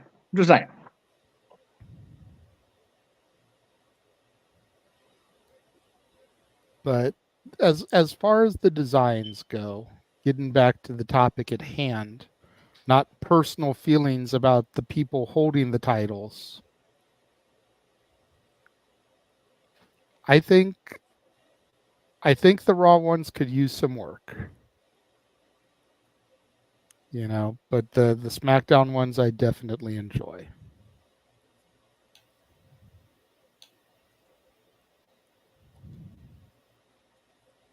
Very good, very good. Does anybody else have anything that they had their hand up that I missed in my turning and trying to get other things done in the process of having to leave tomorrow? Did I miss anybody on this topic? I don't think so. All right, very good. And again, we thank y'all for that at home. That's awesome. Appreciate that on a Saturday night. We know it's late. So cool. We appreciate it. All right. Well, in that case, I'll go ahead and throw to commercial. Do we have them queued up ready to go? Yep. We will go ahead and we will run Noah's favorite commercial. For reals or the money? Take a look. No, yeah. We're going to take a look at all the upcoming stuff that we'll be doing watch-alongs for across the multiverse of media. Yay! Everything else that he's going to be losing his voice for. Yes. So hopefully we can get Noah's attention so we can get him to do his shtick at the end of this.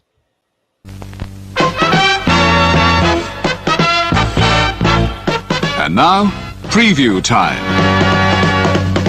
So let's take a look at what's coming your way.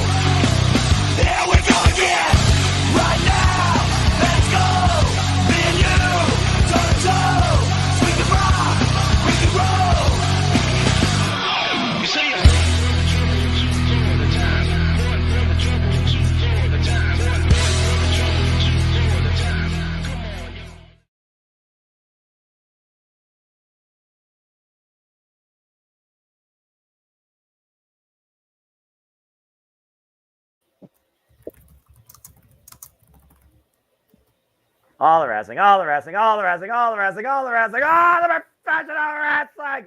Damn it.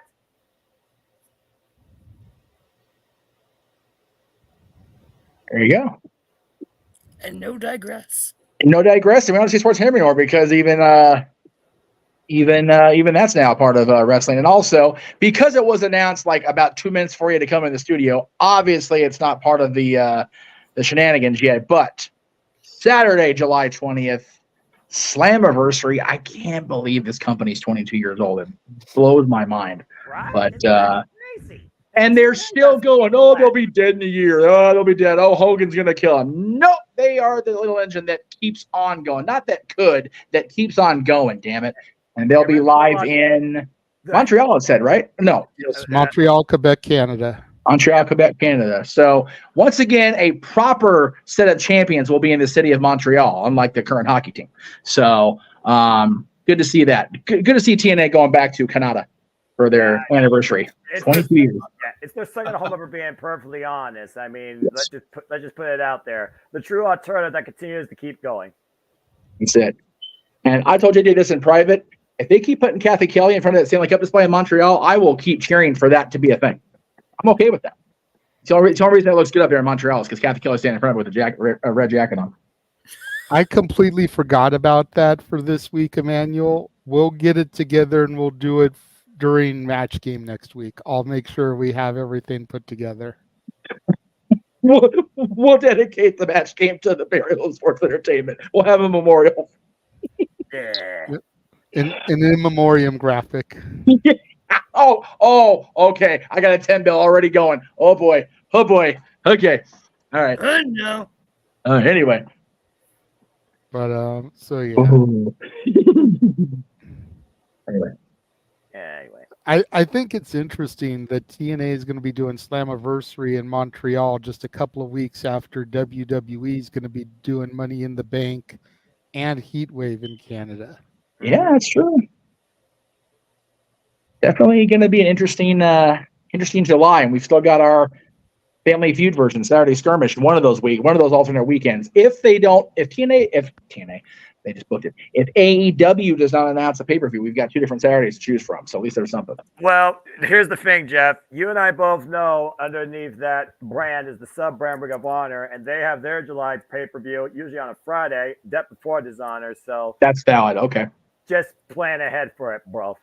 Yeah. I would say, unfortunately, we'll have to wait to. I mean, I'll still try to get the teams together, but we'll still have to wait for the announcement because I'd rather not have to overload the weeks. As great as it is for the folks at home, we get overloaded.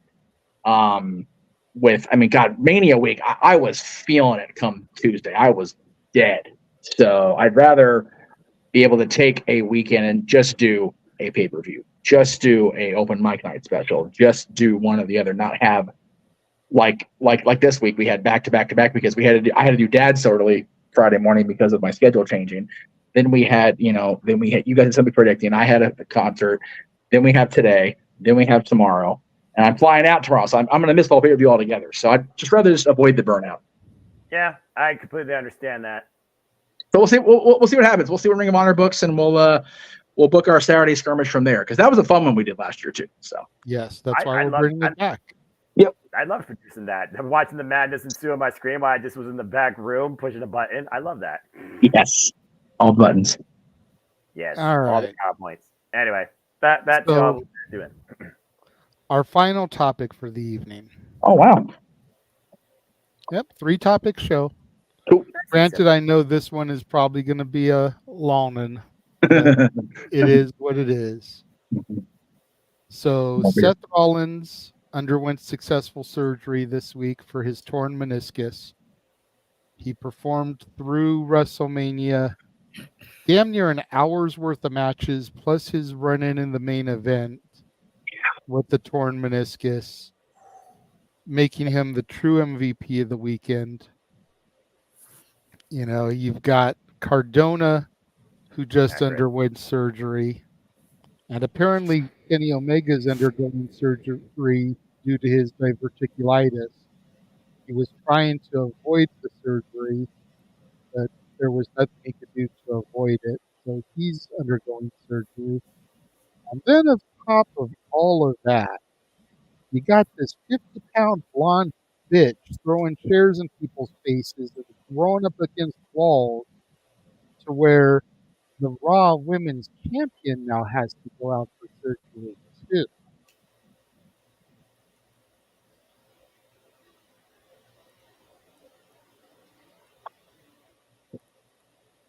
I am going to try my damnedest.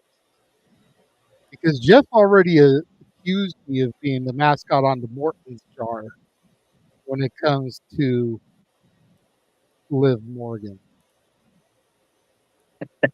You watched so long, I thought you were going to say, who wants to go first, like we do in the opening? So, I see the private chats. I know that Mikey and Josh need to bow out of here shortly. So I will go ahead and throw to Mikey first. Absolutely. With Seth, wow. I mean, to fight through it and wait it off. He's like your favorite pair of shoes and your favorite car just finally going. And we knew this was coming with Seth. I mean, we knew before WrestleMania he was hurt. We knew that it, like Thanos, it was inevitable. Okay, I mean, so he'll be on the mend. He'll come back. They'll put him back in the picture. Absolutely. Diverticulitis, no joke. Too many people we've known in the business get hit with it, and it. I mean, look at Brock. Brock had that twice, I think. He's okay, but I mean, it's no joke. You got to get that taken care of. There's no hands down about that. And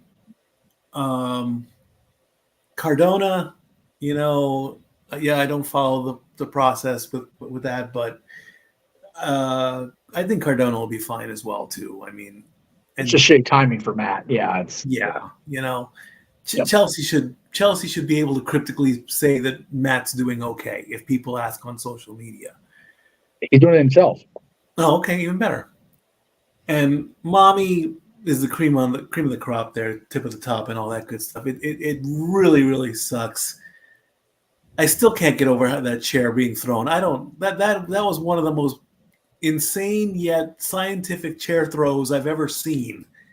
I've never seen a chair float and then hit, or hit then float. You've never watched any ECW in your life? Sabu did that shit every fucking week. Yeah, and it wasn't the chair shot that did it. It was throwing the shoulder into the wall. That was what it was. Yeah, obviously.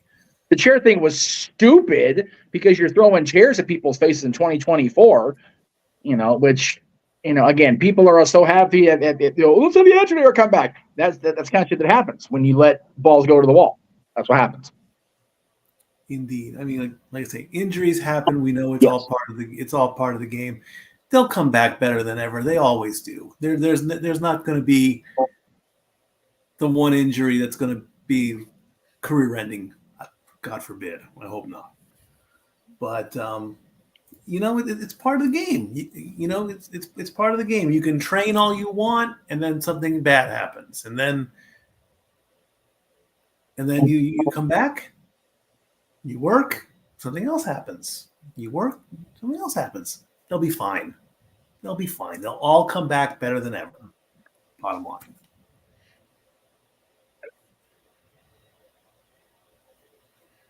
Jeff, you look like you're about to say something. Well, I was going to say, I think based on JJ putting Liv on the graphic for tonight, I think the question is, Liv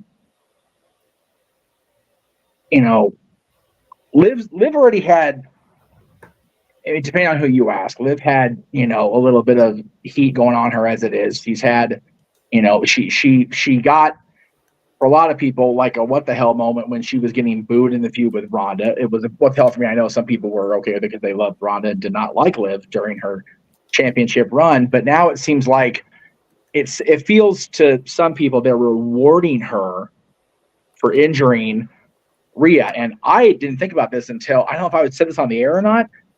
Rhea hit the 380-day mark. She had the Cena Batista thing.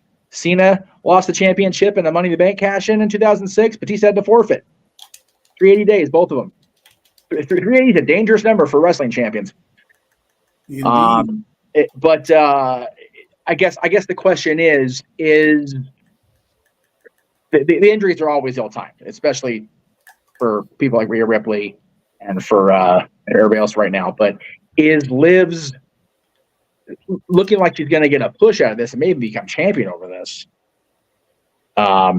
Is it valid? Or should she be reprimanded for causing the injury? Good question. I do not want to see her with the title over it. That's for certain. Right. I do not want to. I'm one of those fans. I wanted to see Mommy keep it as long as possible. It might make sense with the story.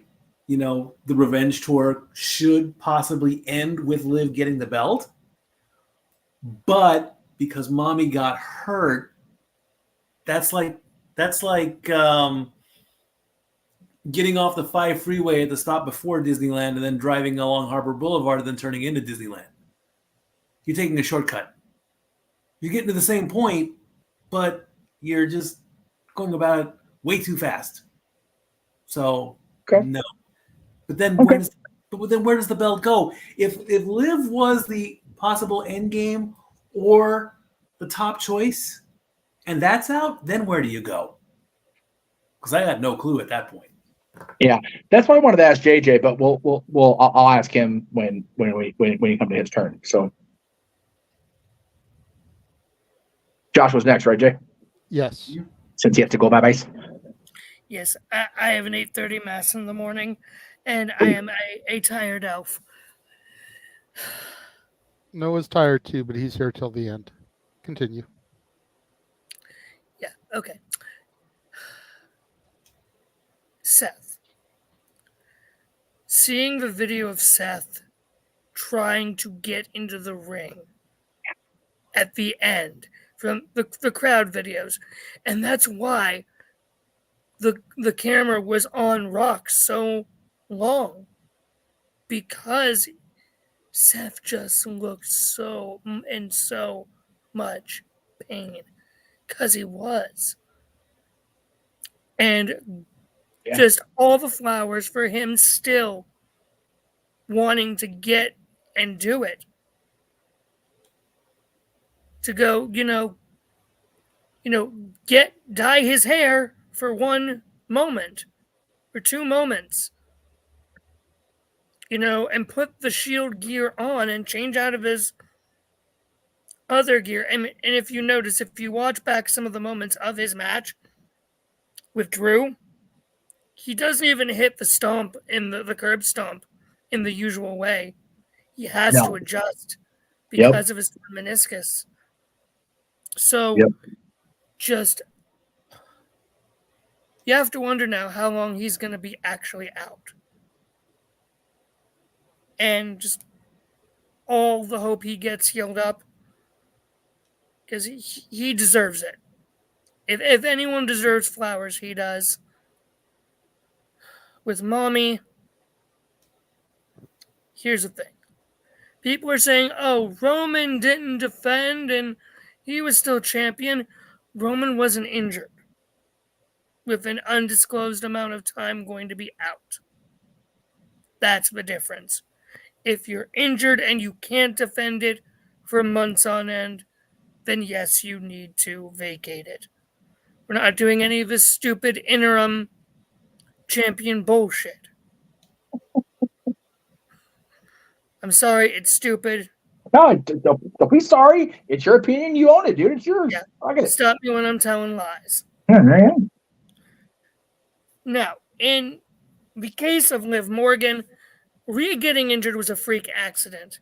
And from what I have read, put all the air quotes you want around JJ, there is no heat on Liv backstage for that. And rightly so. I hate to say it's a bit of poetic irony, because Rhea was the one who injured Liv and put her on the shelf, and now it's vice versa. I'll let JJ reply to that, but there's a difference.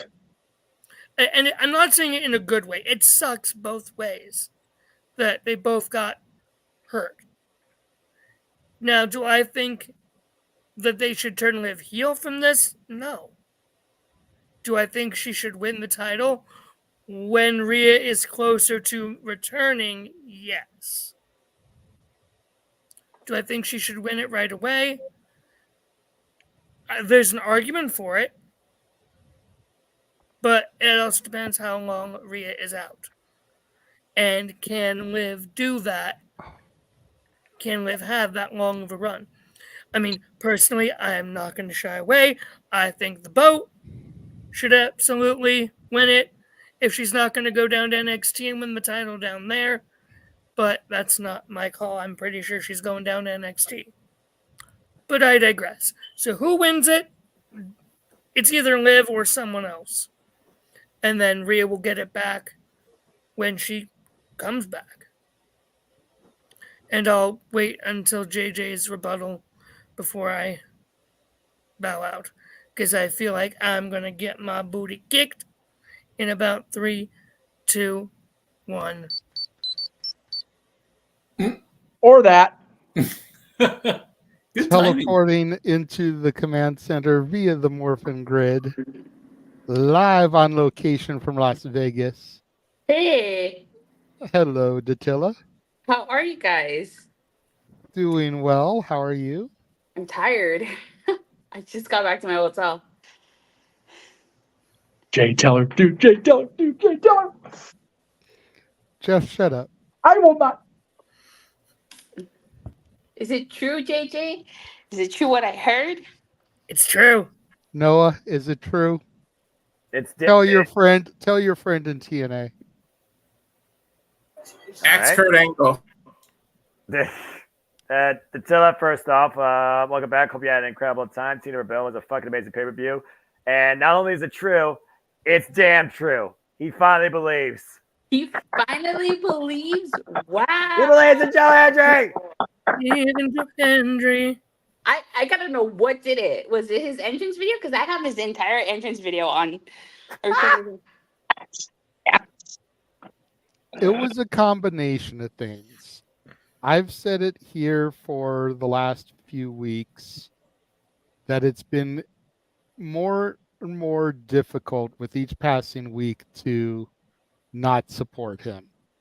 Some of the shit that he has done, going back to the AJ Styles parody, to the Fresh Prince of Bel-Air one a couple weeks ago, to digitally putting First Class into his entrance video. Just, I cannot deny his entertainment value in anymore. I told Noah, I still may not completely believe in what he's peddling, 252 pounds of pure motivation, but I cannot deny any longer the entertainment value of Joe Hendry. Wow. No wonder the sun came out today. How did your meet and greet go with him? It was awesome. He's so nice. I showed him the video and he's like, "Is that the one where my dog came out?" I'm like, "Yeah." He remembered. So it was, and I also met Mustafa Ali. Really nice guy. Really yes, nice. he is. Yes, he is. I met ABC. Really nice as well. The only one that didn't get a chance to meet was Jake something, but I'll get to meet him tomorrow. Something. Something. He's a loser. Oh, there we go. Oh, a little cold-blooded. That was an incredible match. Did he win the title? No. He Okay, so he's a loser. Stole it. Desperate politician. Did I or did not say during our pre-show and on Simply Predicting that it was his time and he deserved to win it? Yes, you did. Okay, so stop trying to sell me for being so cold-blooded. Did he win the match or not? Then he's a loser.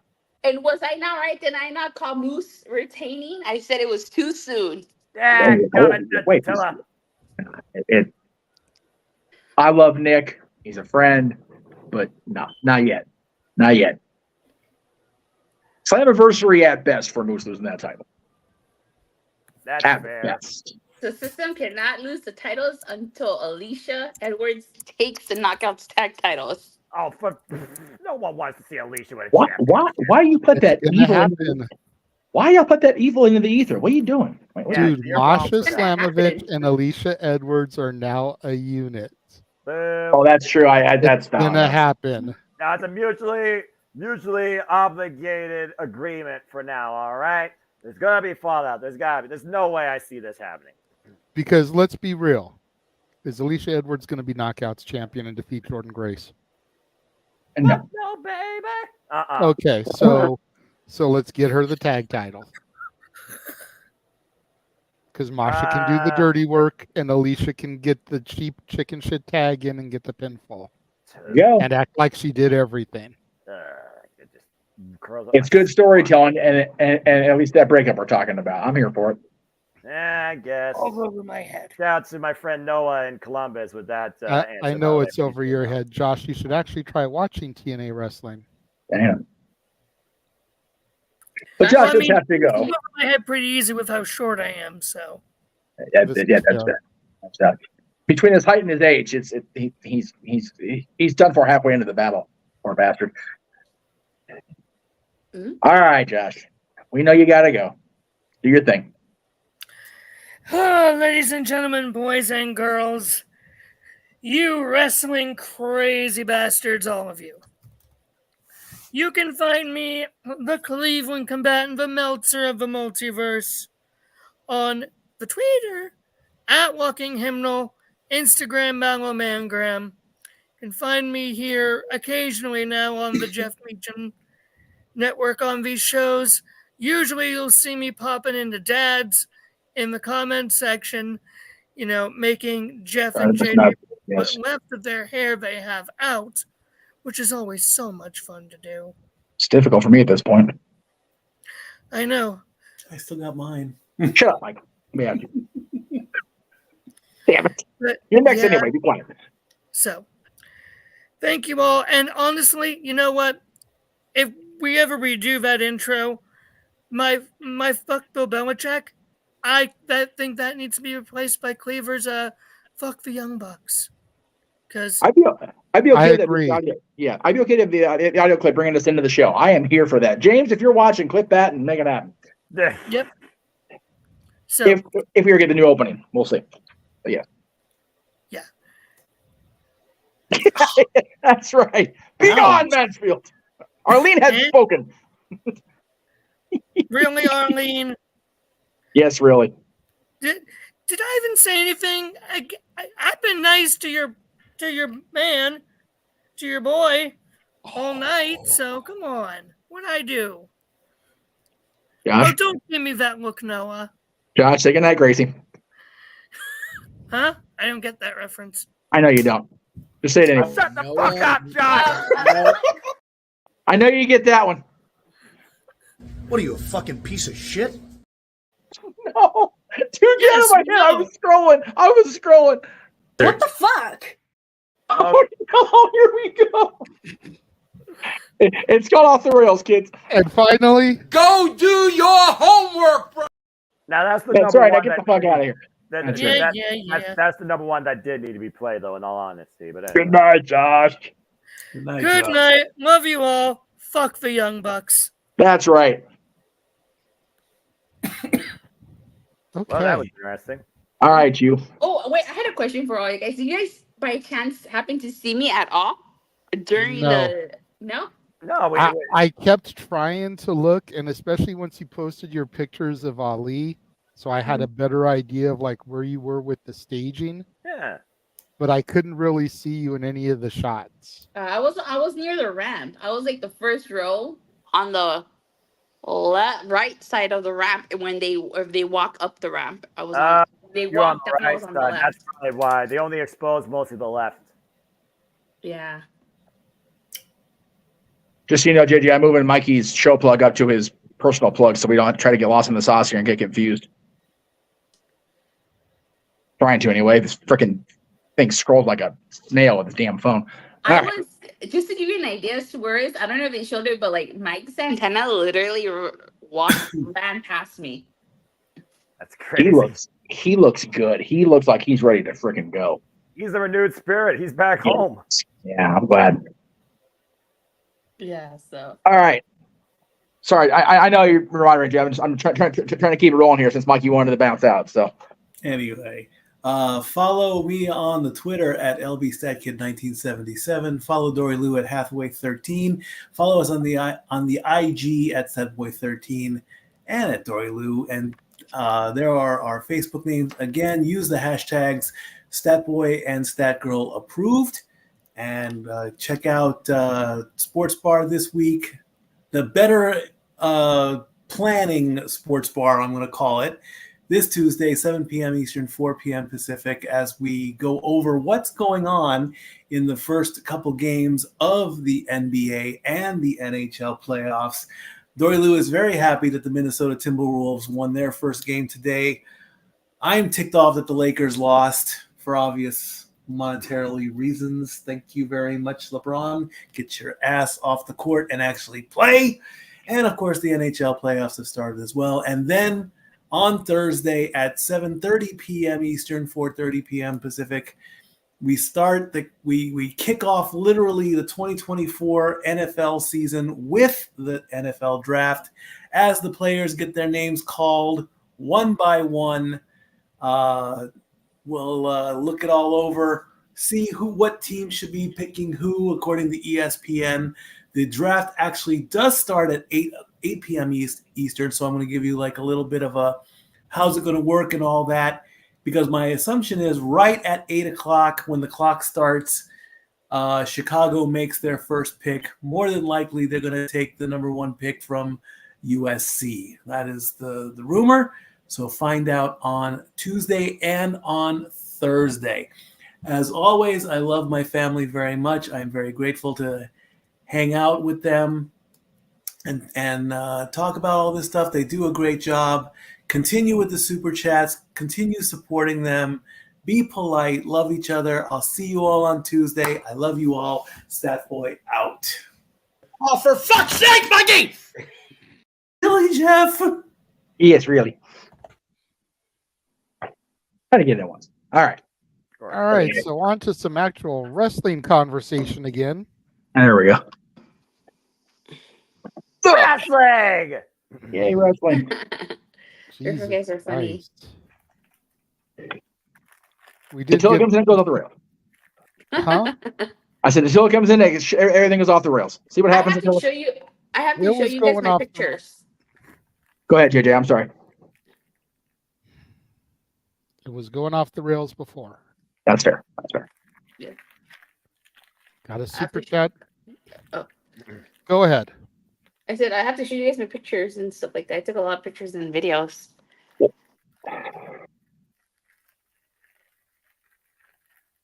Okay. I think we were going to Noah with the conversation about the injuries with Liv Morgan, with with Seth Rollins, with Rhea being injured, Seth being injured, and the Liv Morgan apparent push. Okay. So Noah, go ahead. Okay. Man, this thing went off the rails in a whole different sort. I'm just doing stuff in the background here. All right. Yeah.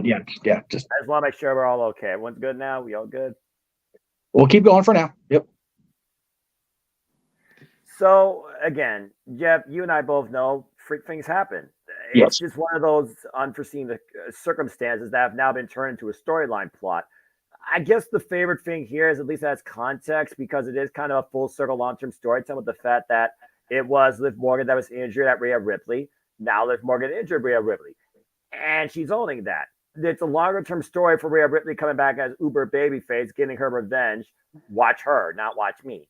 But now we're in this conundrum where you have to play damage control, better than damage control, and come up with a new face of the Raw Women's division, a new Raw Women's champion.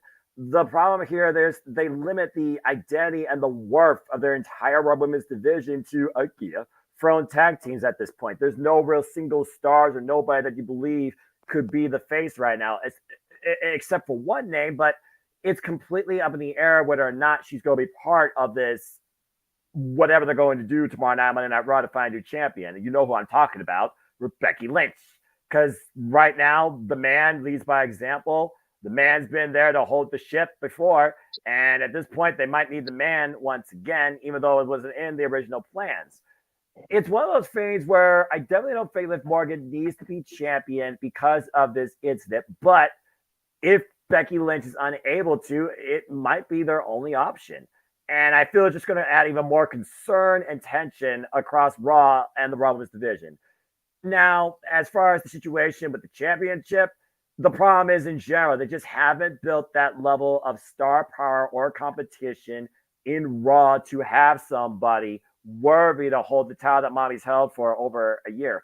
Even with the upcoming draft, I don't think there's anybody even in NXT, like surprise call up like Paige versus AJ Lee, that can give me that same feeling of, okay, they could lead this Raw Women's division because Lyra Valkyria is in a storyline with Tatum Paxley, and I feel that's going to continue to fall out. And NXT needs that experience level face value to lead their women's division that they lost when Indy Hartwell was called up prematurely. So I don't think Roxanne Perez needs to be part of the draft. So your question regarding the incident and how you handle it, the incident is unfortunate. How you handle it, I'm not sure if there's an answer to it.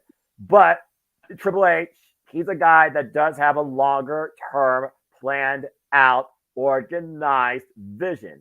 And I will trust more in his judgment versus previous incarnations under this incident. So I'm curious to see what happens on Raw. Am I going to watch it? No, Raw's still too long. And I still think the women's division is heavily underappreciated, underdeveloped, and honestly for me, underinteresting, besides Chelsea Green. So I just don't know right now what they do. So if that's the context, Jeff, I don't really have an answer. But I do hope they figure it out, and I hope that it doesn't involve Liv Morgan becoming champion. And this arguably might lead to a first blood match if the Attitude Era is coming back into play right now with this new identity of professional wrestling in WWE. But all I got to say is to Rhea Ripley, get well soon. Unfortunate incident. Patilla's going to want to bounce out everybody. She wasn't going to be on all tonight, but I wanted to get her reaction to JJ and Joe Hendry. So thank you for coming to Attila. Have fun at Impact tomorrow. We'll get your reactions in the coming week, my friend. Thank you for coming in real quick. All right, you guys enjoy the rest of your night. I am gonna go take this makeup off my face and relax. Yeah, get some sleep, girl. You're good. Thank you. Appreciate you coming in. Okay, bye, you guys. Bye. So Walter appears to be doing the boxing thing. So I don't know if we're gonna get his reaction to. Or did we throw to him when JJ was running the room? I'm not. We sure. didn't. Okay. And I was mostly in the background. So. All right, Walter. Your thoughts on the injury situation? Oh no. Did you talk about? I'm sorry, I was typing that. I'm sorry. Did you talk about Seth Rollins and his pushing through? No. Hang on, Walter. Sorry, no, I didn't either. Again, we're figuring it out, folks. Again, I'm doing 25 different. We're live, pal. Here. We're live, pal. Get one take. That's it. So yeah, back to Seth Rollins. That goes to show again that level of passion and investment and the merit of a champion and the will of a competitor for the business. Nothing but mad respect. And you consider, again, adapting on the fly, adapt or perish. That is evolution. How many times has Triple H endured injuries like this and still kept the business going? How much has Cody Rhodes pushed his limits and kept going?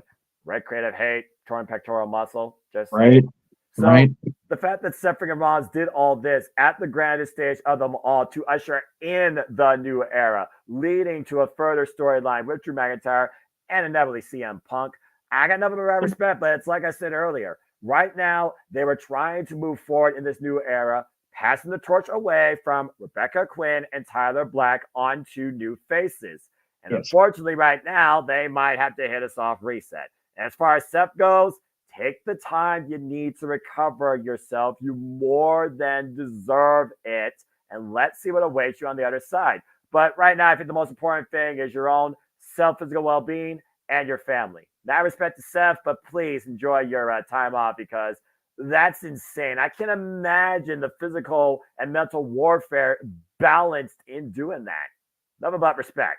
Seriously, nothing but respect. But WWE, if they're going to move forward this new era, you got to define a way that doesn't involve Seth freaking Rollins and Becky Lynch as your champions.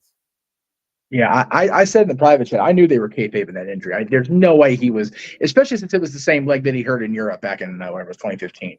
So yeah, there was just no way. There was no way. So while I say yes, good on him for being willing to push through, man, hearing the surgery that he went under is that level of damage to the leg is no joke. So I hope that he takes the proper amount of time.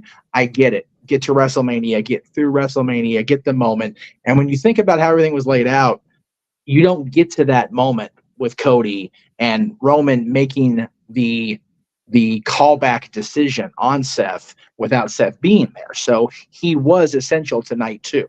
And of course, he was in the main event of night 1. So, he's the opening match of night 2 also for the world title. So yeah, he was so necessary for so many reasons. So I get getting him there, but man, dude, get into Davenport, enjoy the time up, put your leg up, enjoy the kiddo. Lord knows I'm going to miss mine for the next 9 days. It's going to suck. So enjoy your time at home with the little one because they grow so fast. They really do.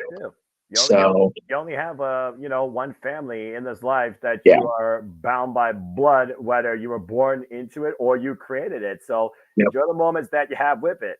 I mean, again, what do I always say? Protect your mentality, purge for passions. I don't think there's a bigger priority in life than your family. And be kind to your mind. You can't see the mind part, but it's done.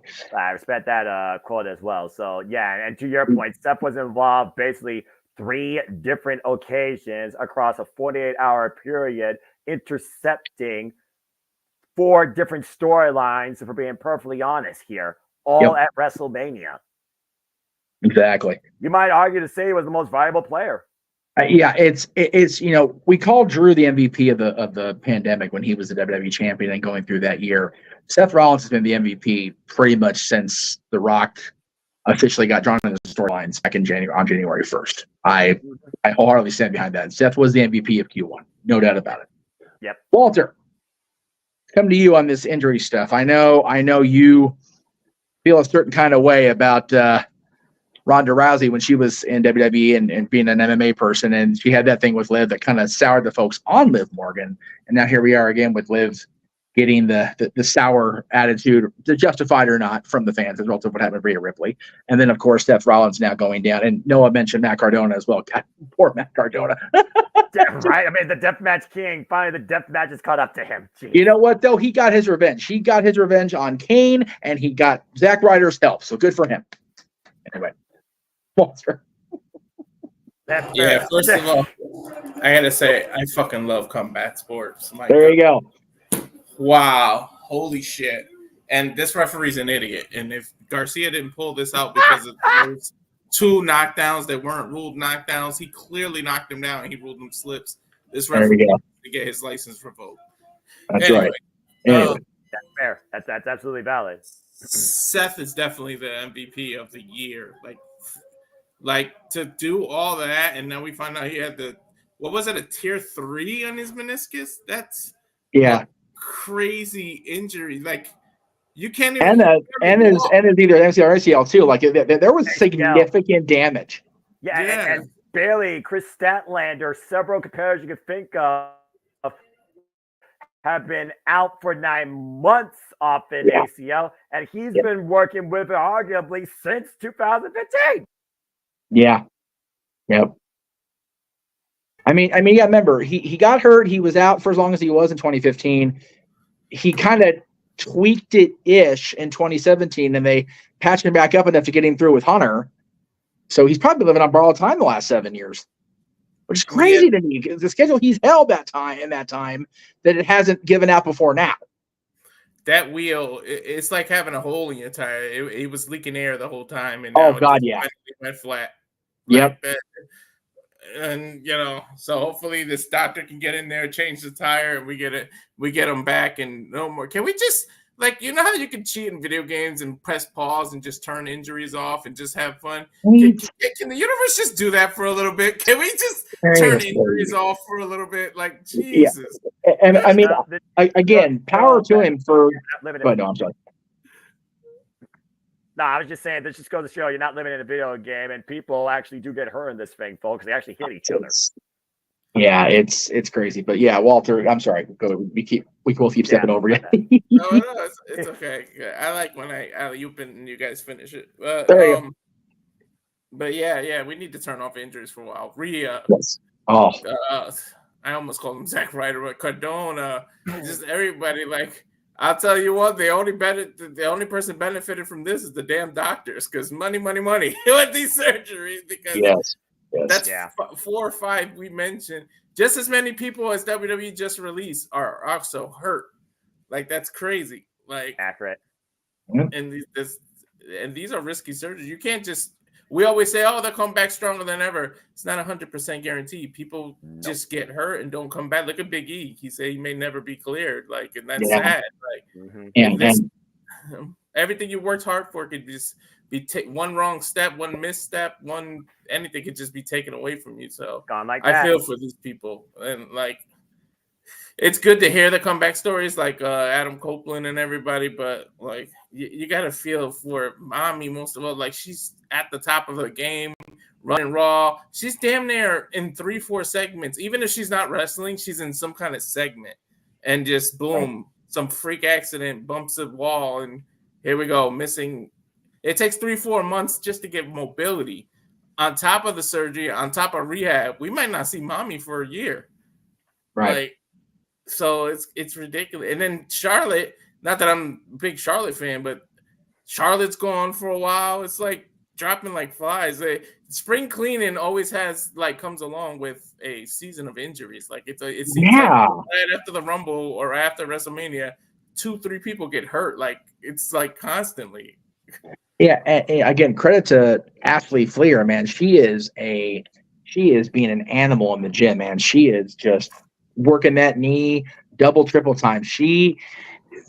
I feel like she's got the best qualities of her dad, and that she hates being home. She hates not.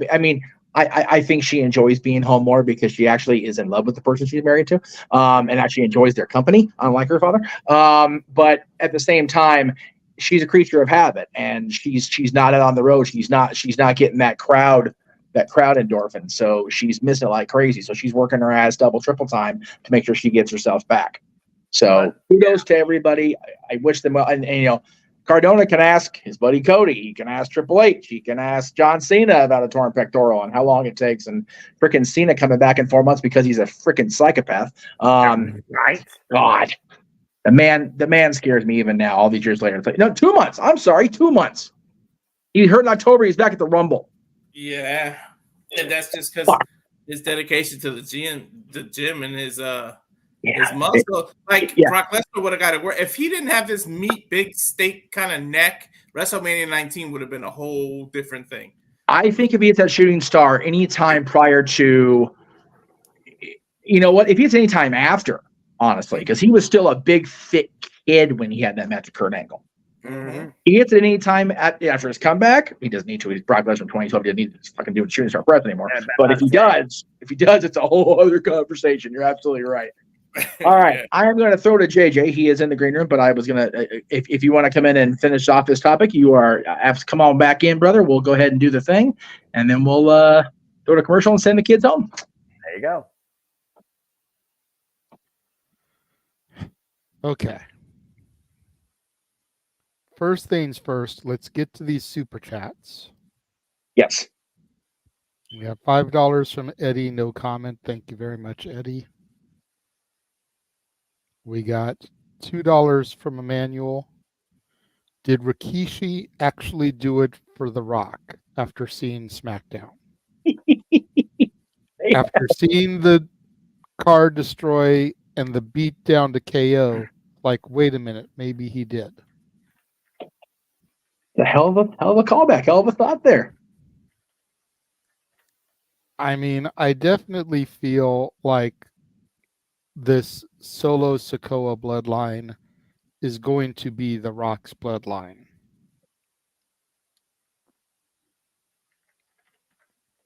Where they go from it from here, when they reveal that, don't know. And to that question, if Rikishi is involved, I'm not saying he did the car thing. That's just that. I mean, it's a great line and a great callback. I'm not shitting on it, but I'm just saying, if Rikishi does get involved, which of his sons does he side with? You got to believe the Usos are going to be on the opposite side of Solo. I would think at this point, with Tama Tonga being the guy that took out Jimmy Uso, and you heard the thoughts of Jey Uso, it's the sons of Haku versus the son of Rikishi. It's a tag team feud waiting to happen in long-term storytelling, if we're being perfectly honest. Rikishi may be the voice of reason that gets the Usos back together, though. You can also use them for that. Well, the other thing with Solo is when he first was brought in, I forget who he did an interview with, but he mentioned having not talked to Roman Reigns in however many years and had to fight to get into WWE and fight to get called up. So that's where you keep him on Haku's side or Tama's side or whoever the Rock side. Sorry, but yeah, it's definitely intriguing. We're still in the era of we don't know what's going to happen, and that's what I love about it. Same. Another $2 from Emmanuel. Why is AEW running this lesbian angle with Mariah? Because she's hot. Controversy creates cash. Oh, sex sells. Yeah. Yeah. Well, no, yeah. JJ's got the quote there because last time they ran a lesbian angle on Global Wrestling Programming. So, I was just gonna say that Tony Storm, I guess, is binary, but okay, yeah, let's go with that. Tony Storm can do whatever she wants doing this gimmick. I don't give a shit. That's fair. And then the super chat that brings us back to the topic. Someone needs to tell me what is so special about Liv Morgan. Oh boy. In my humble opinion, there is nothing special about her. She is your stereotypical, excuse me for phrasing it this way, but Vince McMahon diva female. Blonde hair, blue eyes, decent ass, fake tits. Let's see. Who does that describe in WWE history? Sable, Deborah, Trish. Can keep going. You know. Kelly. Like I said, I could keep going. Let's not. Beth Phoenix, Natalia. Yeah. Love her, but she's had more surgeries than Rey Mysterio on his knee. That's also valid.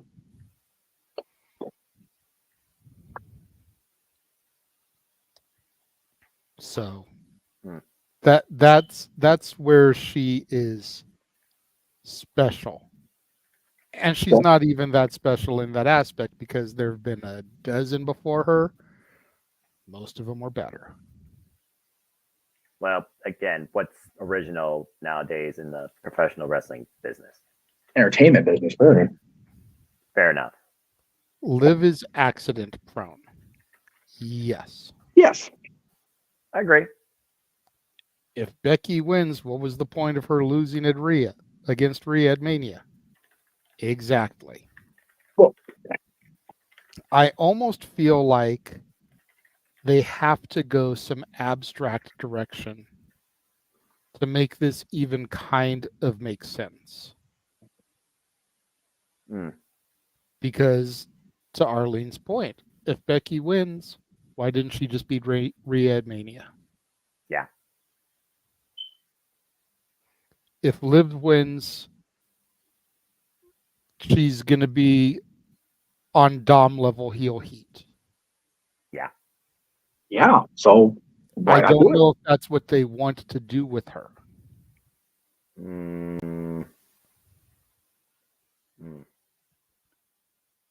Before this injury occurred, Liv was supposed to be the sympathetic babyface out for revenge.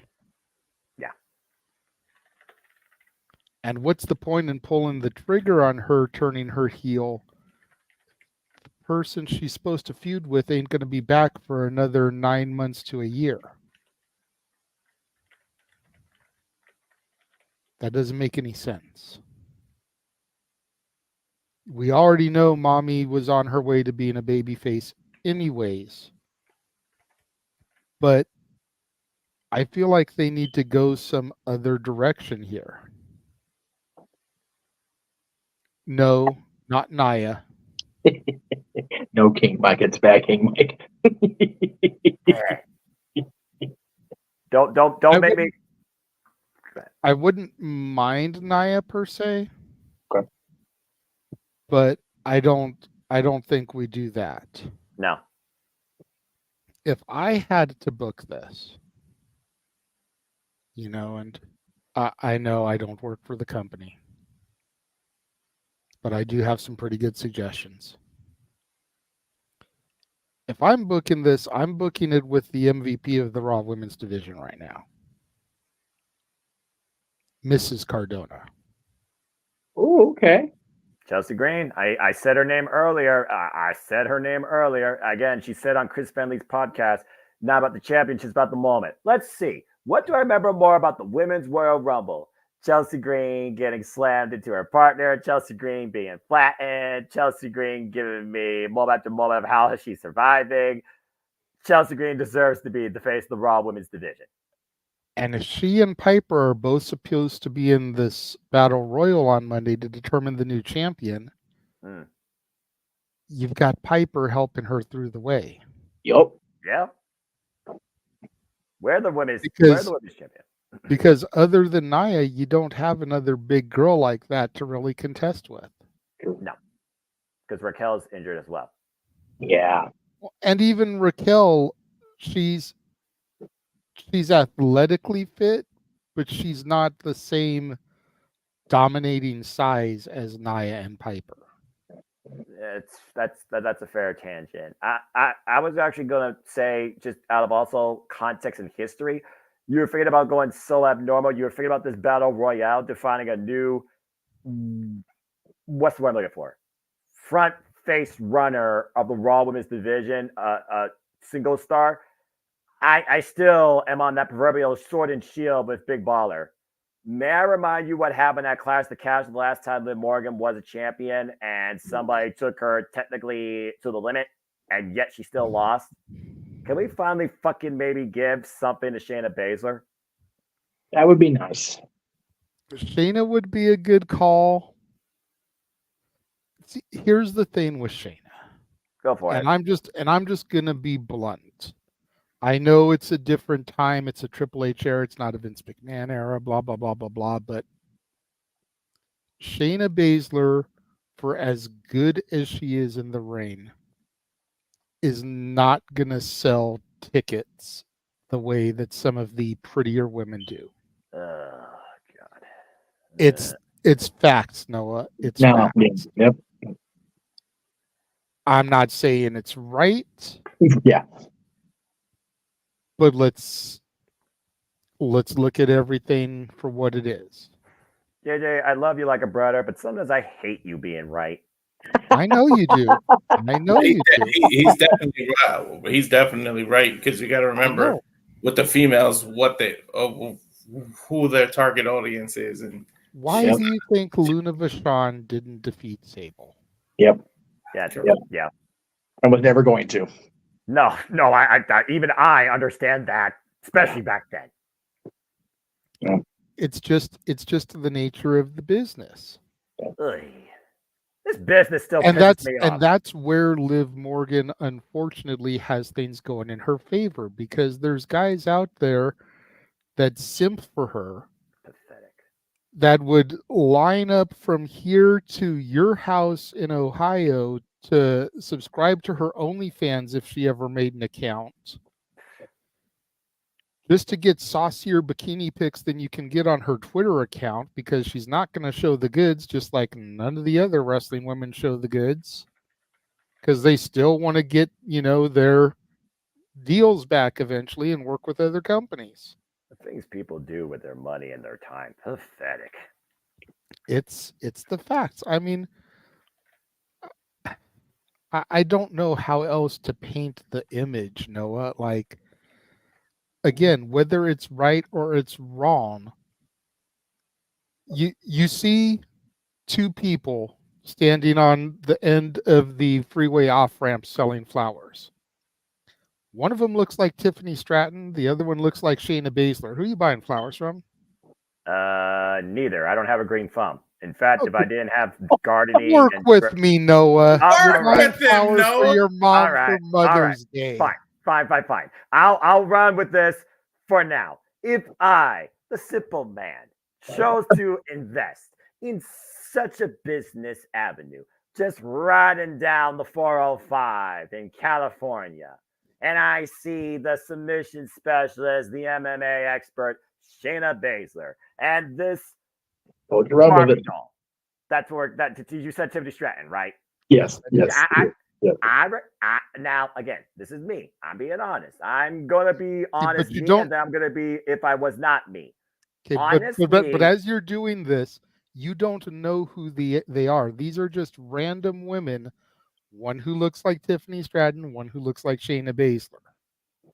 Okay, that's a whole nother monkey wrench. Then There you go. The casual. Okay, the reach. All right, JJ, I got you, brother. I'll be honest with you. If I was such a wee lad of identity and lost in translation with who the hell these two ladies are, would I be more intimidated or would I be more drawn? And that's what dictates the decision, to your point. 5 flowers, yes. Fighter, pretty woman, flower offering. If I was such a simple man of a different identity and naiveness, then yes, I probably would do the Tiffany Stratton. That's the point. Man, that's the point that I'm trying to make. And I hate you for it. I know you do. That was a long ass answer. Yeah, we took a long and winding road here. He circled the block 4 times before he finally crossed the street. Like, all right, damn it, I'll buy from this one, son of a bitch. We went over the river, through the woods, just around the river bend, and then took the second star to the right and straight on till morning. The thing is, here's what happened. I was not me. I suffered amnesia, got brought back by a defibrillator after getting hit by some jackass in a Ferrari, and then I was like, "Ooh, flowers! This looks pretty. Who are you? Oh, hello." I think the GPS lost satellite is what happened. You lost signal for a second. Oh my god! You just kept going. Asking Noah. He was asking a casual fan. That's the difference. Thank you for making my point, though, Noah. You're welcome.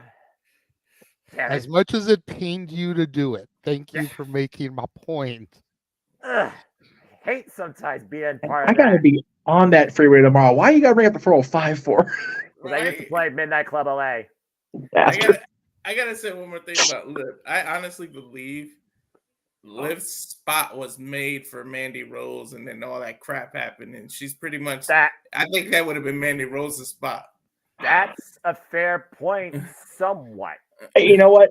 JJ, finish your point, and then I will gladly retort to that because I vehemently disagree. But go ahead, Jay. Please finish. 'Cause I know you want to finish. I'm sorry. Yeah. Oh.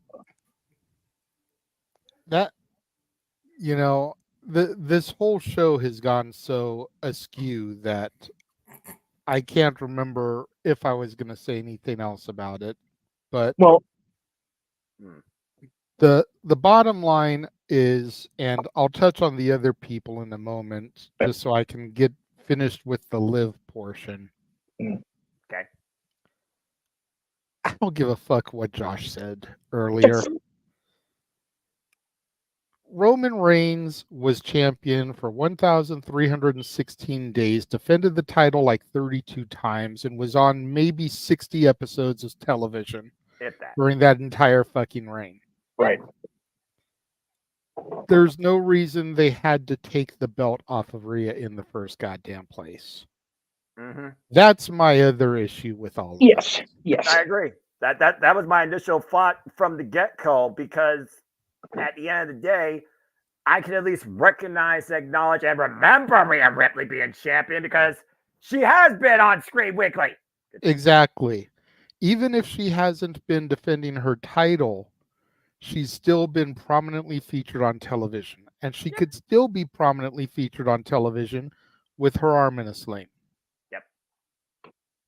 You just have her coming in, going down to the ring with Dom, or hell, to Keen Mike's point, you even waited out till Money in the Bank, and then you have someone cash in on her if she looks like she's going to be out for a whole lot longer. I swear on everything within my wrestling fan mind, I swear I was going to say that she was going to lose the title at Money in the Bank.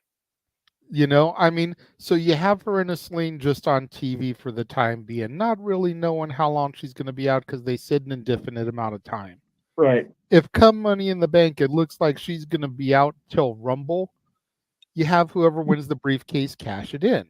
Yep. You take somebody like a Tiffany Stratton, have her come in when Judgment Day's cutting a promo or something, or have Rhea out there by herself because she's been doing a lot of solo stuff away from the confines of the Judgment Day.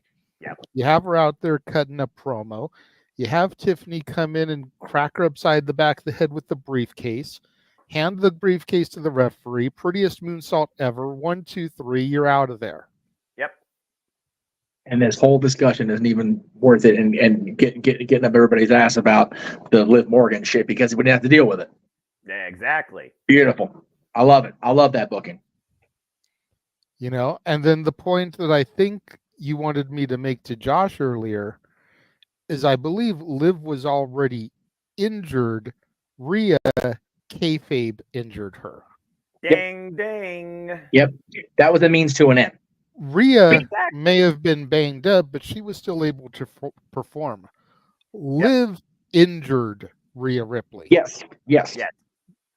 That's the difference. That's absolutely the difference. You're absolutely right. Like we said, freak accidents unfortunately happen, but at the end of the day, you can't reverse a freak accident. When an injury happens, an injury happens. There is not a reset button. There's not an undo button, and you can't go back to a preloaded save. But But when somebody is accident prone, how often do you chalk it up to being a freak accident? That's a whole different. Maybe a good comparison, maybe a bad comparison. But how many people has Ridge Holland put on the shelf?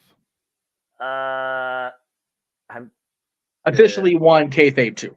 Right. Okay. I thought there was only 2. I didn't think there was. He really didn't hurt Ilya. They were using that for the bullshit. Yeah, I thought so, but didn't he also injure, or at least kayfabe injure, what's his name from Pretty Deadly too? Yes. He was to the point where he was using a wheelchair for an arm injury. Oh, well, yeah. Well, he was like Liv going in. Already heard they just wanted to give him a reason. Well, I mean, and then Pretty Deadly freaking did pretty deadly things with it, so I was okay with it. JJ's point, if that was Nia Jax that had hurt her, there wouldn't have been all these excuses. Nobody would have defended her. They all would have said, "Oh, see, because it's Nia." It's just because it was Liv. There's the other thing. Yes. Walter hit it. Getting there because there you go. I knew I had that point that I was going to make, but again, the chaos made me forget it. Yeah, Fair. if Nia Jax had done this, people would have been calling for her to get fired. Yeah, that's But 100% because it's accurate. cute little pretty blonde-haired Liv Morgan, watch me, hee hee hee. Forgive her. Right. Fuck that. Fair. Fire her bitch ass. Yeah. So I am a Liv fan. For the record, throwing it out there. I've been a fan of all three of the Riot Squad. I think the thing with Sarah Logan, I'm glad she's back, but Michael Cole is way too into it. I'm good. I'm good. I love the Valhalla gimmick. I do too. I like it in its base form, but the fact that Cole is marking out for it so bad, kills it for me. It just makes it makes it ha-ha for me. Yeah. It really does. I mean, I can get that to a certain extent. I like the antlers. I get where he's coming from when she doesn't have them. It's like, dude, it's part of the presentation. Like, where's the fucking antlers? Well, it would be like me, Bret Hart coming out without the sunglasses and leather jacket. Mm. It's part of the presentation. In my brain, Michael's been acting like the antlers, like Josh does with Maddie, which has been it's been a little much.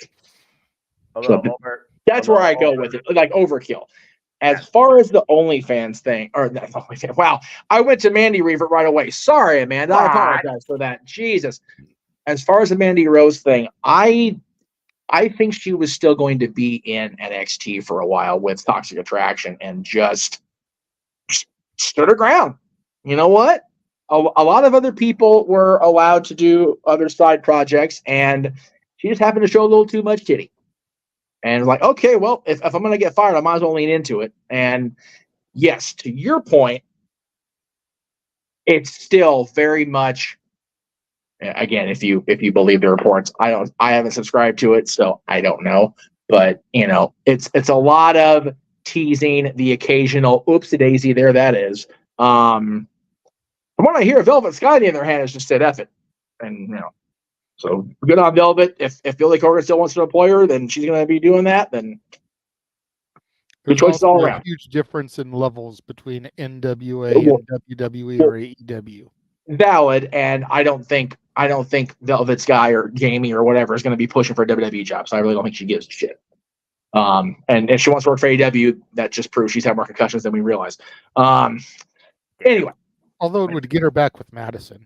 That's valid. Although she's doing fine in the NWA with Angelina being there, and then doing the indie / convention circuit. They're having a great time.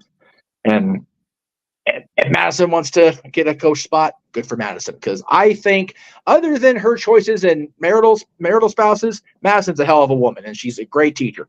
But her marriage choices. Anyway, I went way off the tangent there, but Josh Matthews, they're great. Liv's accident proneness definitely hurts the argument on pushing her because of this. Mm-hmm. Now, I will say, if Rhea was banged up going in to WrestleMania, still wins, and if a random other sort of act takes Rhea out, not Liv Morgan involved, then I have a better argument of going, you know what? It's her revenge tour. Don't put, I forget who that bowed out said it, but don't put it on her now. But once we get closer to Rhea coming back, put it on Liv Morgan, have Rhea win it back, or have her challenge it and somehow get jobbed out of it. That's where you get the blood feud. Mm-hmm. But let it cook. Don't sit there and just, put the belt on her, have her reign for, God, if Rhea's out a year or 9 months, Liv Morgan is champion for 9 months. It's going to be insufferable. Yeah, it really is. Chelsea Green, I'm sorry, go ahead. Yeah, I was going to say, because we saw how successful her run was when she took it off around Ronda. Yeah. She was, champion for 2 months? Yeah. And it was... Yeah. And it was an uphill battle the whole way because people just were not into it. She beat Ronda to cash in, which, okay, can fuck with that because it's a cash in. Cash ins are a thing. But she beat Ronda straight up, and it's like, ooh, nope. If Ronda's supposed to be this badass, I ain't buying this. Nope, sorry. Yeah, that's when you know that they fucked up. Well, she didn't even beat her straight up because she was tapping out to Ronda's submission, but she had Ronda's shoulders down, and they counted the 3 count, didn't count her tap. SummerSlam. Yeah. That's right. And that finish works if you have the right people in there. Angle, Undertaker, Lesnar, Undertaker. With Liv and Ronda, that shit don't fly. It's they weren't. The commitment wasn't there in general. That's Stone Cold at an angle when he Stone Cold the apron. Oh, dude, Earl Hebner's son of a bitch for that. Anyway, not wrong. Your suggestion of Chelsea Green is brilliant. Can you imagine her as champion with Pierce as the GM? She will be just immeasurably insufferable. Oh my God. Though. It would be golden TV. Dude, Twitter would be fun again. And then Holy could you shit. imagine if Piper wins Money in the Bank and tries to go after Bailey and they both have the gold? Oh my God. I might actually start watching. If the draft falls out like that and both of them are champion, Nick and Adam are going to pull out they're going to shred their suits. I was going to say, aren't they bald? That's Nick isn't. But he could be. Dude, Nick's going to be. He has to keep dealing with Theory and Waller any much longer. I was waiting for him to pop those kids in the mouth. I was like, do it, Nick, do it. And then I'm like, oh, wait, you fuck me. You could do the annoying thing, and I hate repeat winners, but you could have Liv win Money in the Bank again. Oh, okay. And not have the title. And then when Rhea's closer to come back, like you said, that's when she cashes in, and then Rhea beats her back for the title. What you do to appease the Liv haters, have her cash in, whoever's champion, and have Rhea be the reason she doesn't win. That's how you get the one-on-one match between the two of them to blow off the feud. That's what you do. Well, have Liv be this obnoxious edge level Money in the Bank holder, and then when she finally goes to cash in, Rhea pops up and goes, nope. Mm-hmm. Well, again, they got less than 48 hours to figure out. Let's call it what it is. You might as well call us an interim Woman's champ because they don't have nobody unless they do the Chelsea Green approach like JJ suggested. Otherwise, JJ, I'm sorry, bro. I'm going to call as I see it. I think they're going to, win in case of emergency, break glass. Where's the private man comes back around to hold it down in the meantime? I don't want to see the man with that belt again. I don't think she needs it. We're past that era. Yeah. I hope. The only reason I'm content with Bailey being champion is because it finished up the Damage Control story. Yep. But we're past the era of the horsewomen holding all the gold. Yes. Yeah. Yep. Yeah, it made storyline sense. Yeah. That's the issue with Liv, though. It makes storyline sense for her to eventually get the title with her revenge tour. Because why you call it that? That's not the angle. Yeah. The word in that sentence is eventually. Yeah.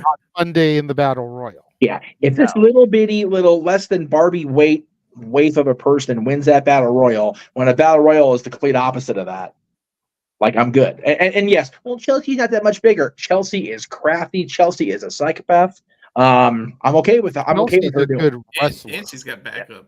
And see how you and I are going to disagree on Liv being a good wrestler. So that's just that's just the way it's going to be. Liv is an okay worker. Okay, she's not a good wrestler. There's a difference. Valid. Okay. That's valid. Okay. Definition of wrestler. That's a whole open mic night conversation for another night that could go all night long. I'm perfectly honest because I will slash and put over who I believe demonstrates great professional wrestling versus great in-ring working. Because you know what I stand by. Well, yes. With her size and her weight, she's able to get thrown around. She's able to take bumps. She's able to sell the bumps, and she's able to be the sympathetic baby face. Yes. That doesn't make her a good wrestler. No, and she was an effective heel personality as a secondary role within Ruby and her and Sarah. Ruby was the star of that show, in my opinion. Sarah and Liv were backing her up. And by the way, I haven't been on the air since it happened. Congrats to Ruby, for the record. Be at the end. Right. Well, I wasn't If you said that in the notes, I did not see that, so I do apologize. So what about Mr. Rollins? As far as Seth goes, it really makes that video that's circulated hit a little bit more closer to home. Because at first you see the video and you think that he's just so caught up in the emotion of Cody winning that he can't get back in the ring. Yes. But then you get the story of his leg, and it's like he physically couldn't get back in the ring. Correct. Big difference. Oh yeah. So I wish nothing but the best for Seth. I hope he comes back sooner rather than later. But as everybody has kind of already said here, take your time, enjoy the time with Rue. Yes. Use those moments while you can. Sit home and watch Mama work on TV. Yep. Yeah. Go to that coffee shop and enjoy the fruits of your labor, man. Like seriously. Literally. God. The coffee shop, the wrestling school. There's so much for him to do. Granted, he's not going to get there taking bumps because he's a smart person. Take any little break you can, because you're still young enough where you still got another 10, 15 years in your career, and you're not going to have little breaks barring injuries. So look Seriously. at it as a blessing. I don't know about 15 years. Yeah. 5 to 10, maybe. You've got to think about how many bumps he took off of his bump card on the indie circuit and in Ring of Honor before he even sniffed Florida Championship Wrestling. Yeah.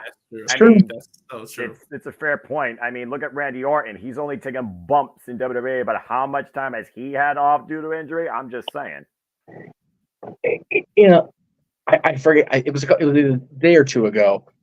Adam Pearce put up that Ring of Honor roster for, I think it was 2007, maybe 2008. Yes.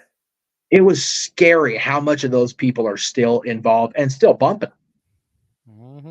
Because, man, the early 2000s were freaking Olympic gymnastic level bumping compared to the way the kids bump now. So the fact that a lot of those guys are still going strong at that, yeah, well, is amazing to me. A lot of early tread on those 2000 bumping is like what you see in an AEW ring these days. I wasn't gonna go there, but that's all you do. I knew it.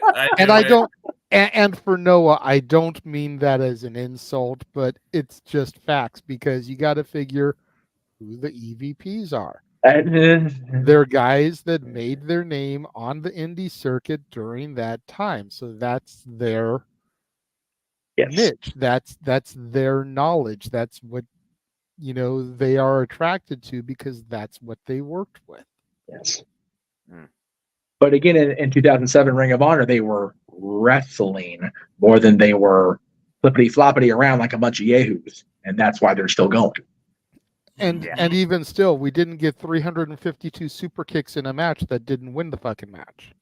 Well, no, because you had people like Bryan Danielson and Roderick Strong in there instead. And we got Roger and Claudio. Yeah, about to say, and we got Claudio, Bryan Danielson, and the rest hold match. Dude, we need to find the video of that and just show that to the group at some point, just for the sheer what the hell did just happen. I wasn't even there for that match, and I still heard the tales. So, Jeff, all I'm gonna say, just watch the Knockouts World Championship match from Rebellion, and then get back with me and JJ, because I'm just what the fuck. Well, no. What JJ's talking about, and I'll really quick. There was a match at PWG. I was off. I was on a Rocky Horror assignment that night. I had a guy that was on our Rocky Horror cast that was a PWG fan also come. Was it Brian and Claudio? Yeah. Bryan Danielson and Claudio Castagnoli had was it 30 or 60? No, it was probably between a 20 to 30. Yeah, somewhere between 20 and 30 of rest holds. That's all they did. They didn't do any high spots, no like big Danielson or Claudio finishers, just rest hold. The whole 20 to 30 minutes. And the fans ate it up like it was a Thanksgiving spread. Because it was Bryan Danielson and Claudio Castagnoli. The Pro Wrestling Clinic. Of course they're going to do that. He didn't even fucking do anything. Like, really? And I'm like, I still have to see it the whole way through because I've heard the legend, of course. But yeah, if we ever get hands on the video, we're gonna like open up like a group watch in here and just have everybody go. Once we get moved, whenever that is, and I can get into my archives, I'm 99.8% sure I own that DVD because I was there for it. That's fair. That's fair. Interesting. It's just a matter of finding it. Yeah. Oh my God. Yeah. It's somewhere in the middle of 2005. Yeah, it's either 5 or 6. I don't know if I was on cast at that point. It was the first year I started going.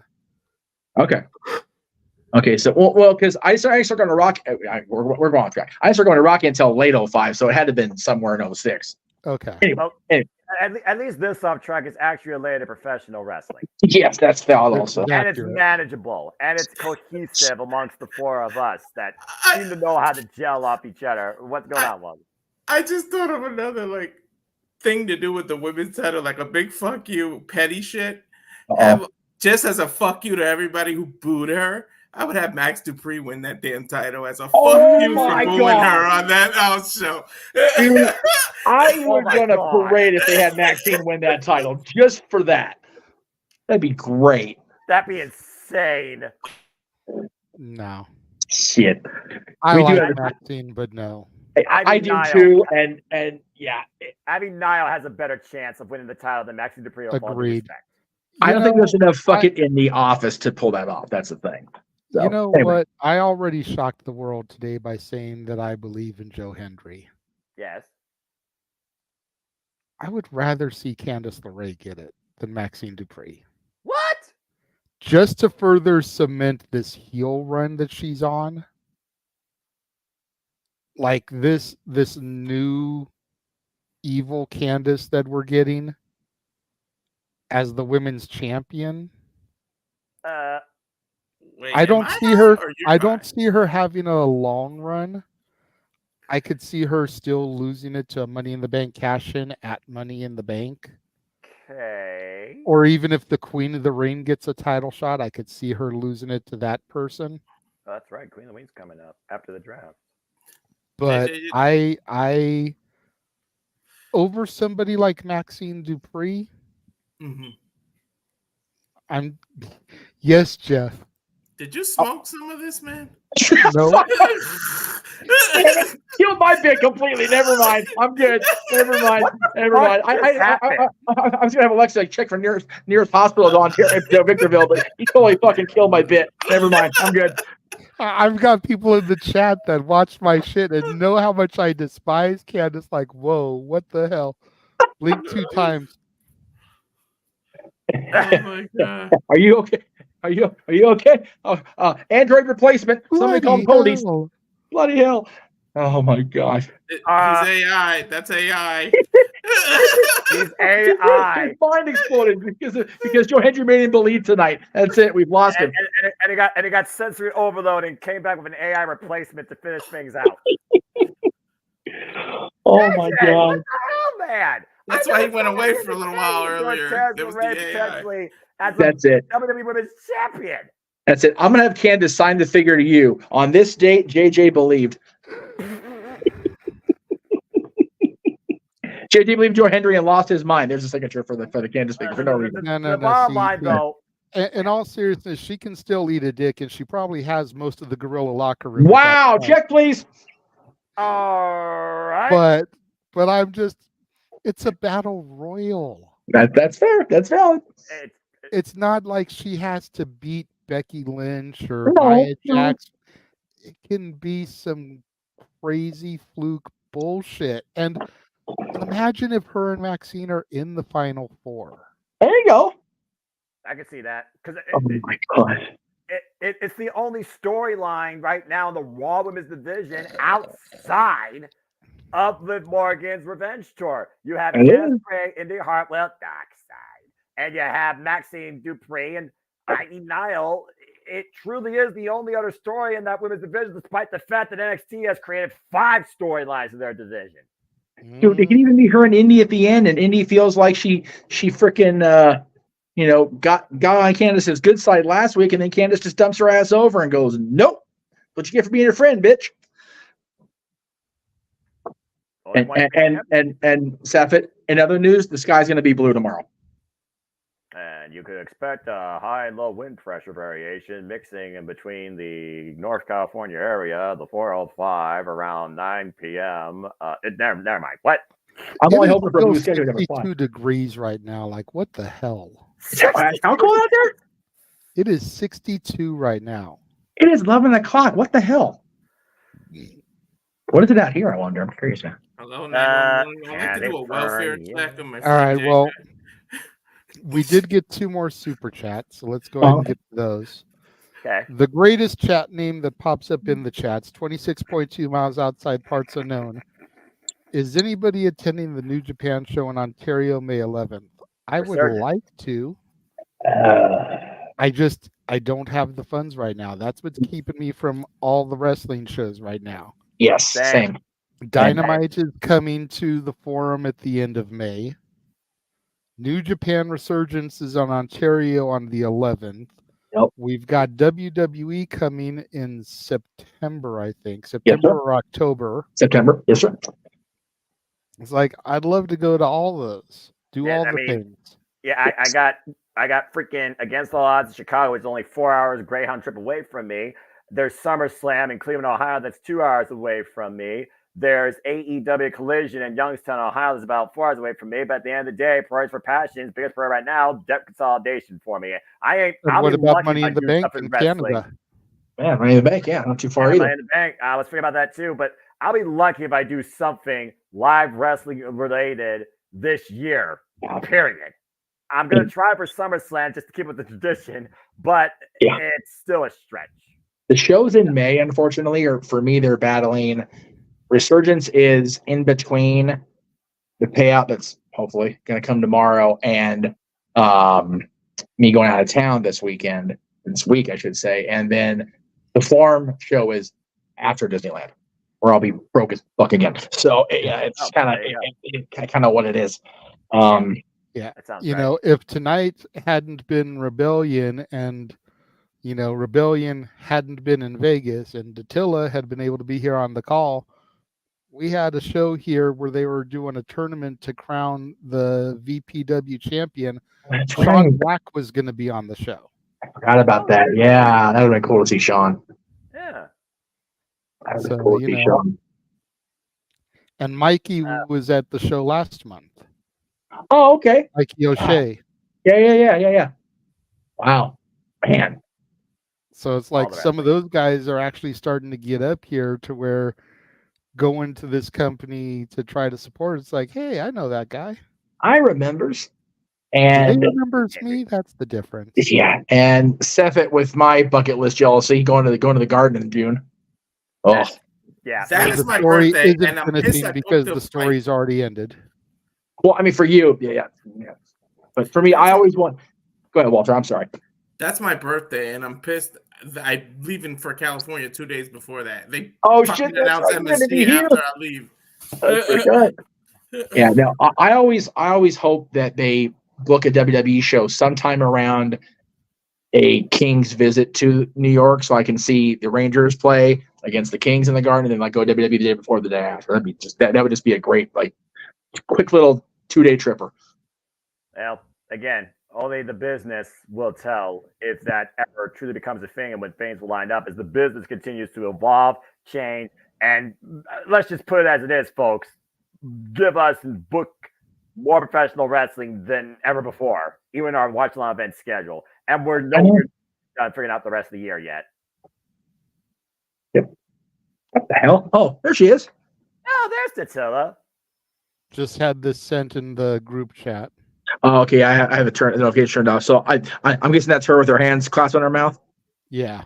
There you go. So, man, yeah, she was in the front. Good for her. Oh, nice. And again, I had a good time and get some daggum sleep. Hey, you know what? She had her front row and she was able to sell the 2 she was trying to get rid of. So good on her. Yeah. And then we got another super chat from Arlene saying, "Do you believe the rumors of Undertaker spoiling Vegas as the next place for Mania?" Well, for starters, I hadn't heard that rumor that Taker spoiled it. No. And second of all, I don't believe rumors reported by internet wrestling journalists. Like I said earlier, I trust them as far as I can throw them, and most of them I can barely throw. So I saw the video. I know what they're talking about. Yeah, I was gonna say, she's referring to an actual clip that Undertaker himself said out loud.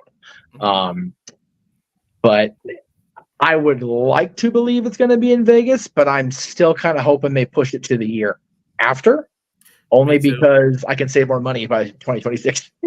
Me too. But he didn't really say. He said, "I'm hearing rumblings that it might be in Vegas, or his best guess is Vegas." He didn't actually say that's where it's going to be. Well, no, right. And he's not going to know that because he doesn't have to worry about being booked for Mania anymore. So, Yeah, exactly. Hopefully that's wrong. The last time I checked, Minnesota was in the lead. Well, but that's also been one of those. We've seen more substantial reports from people in the city that help make those decisions and everything. Yes, but as JJ always says, we don't believe anything until we get some company letterhead and some shit. And I don't scroll, I don't read, I don't have notifications. I know nothing unless you guys tell me and it's accurate. And I will say, go ahead. I will say, if they do go to Minnesota, you'll be happy to have Jeff Meacham covering it live from his living room in Southern California, because fuck going to Minnesota, even in May, if you believe that. Got another super chat. What's the deal with WWE when they come to Ontario? They never say Ontario. They'll say something like, "We're here outside of Los Angeles." Probably because they don't want people to confuse Ontario with Ontario, Canada. Yes. Accurate. Yes. That was the official reason prior to 2019. They don't say it now because that's where the Jimmy Jacobs bullshit went down with AEW when they first formed. So they tried to deflect the hell away from that. That's something I've been told directly by a WWE person. They're like, yeah, we tried to point out we're here because then we have the internet folks, "Oh, that's where it happened." It's like, well, I'm going to listen to it. Okay, that makes sense to me. And they're both Ontario, CA. Yeah, it's a great little arena. Canada is CAN, if you want to be technical. Yeah, they've tried to make Canada more CN, and that way there is a distinct difference. So yeah, but either way, it's a fun little arena. The Kings minor league team plays out there, so I haven't seen a game of them yet. But they had I've been to 2 SmackDowns there. One of them was a tribute to the troops. Also, it's a cool little spot. It's just. It unfortunately has that, this is where the Bucks, fuck Jimmy Jacobs job up spot. So they kind of like, oh yeah, we're here on the outers of Los Angeles or LA County. It's not LA County, by the way, it's the San Bernardino County, but technicalities. Yeah. We're outside Los Angeles. Yeah, so's Yamababa. It's out there in Wadey fuck too. So yeah. It's silly. It's petty, but what are you gonna do? It's petty just like the Bucks are. That's right. Damn. Well, that being said, Noah, stop me when I'm telling lies. It's not the Bucks. I would go. I mean, he beat me to the punch, so I'll just go ahead and answer the question or the statement. No lies detected. Today's show is brought to you by Morton.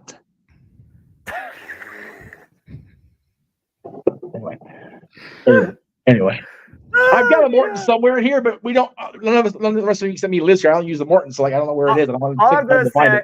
I'm the simple man that barely speaks. So I say all I'm gonna say is this: to those that gave more than they needed to the WrestleMania, thank you. Enjoy time out with your families. Monday Night Raw, build original main event, single level caliber female WWE superstars.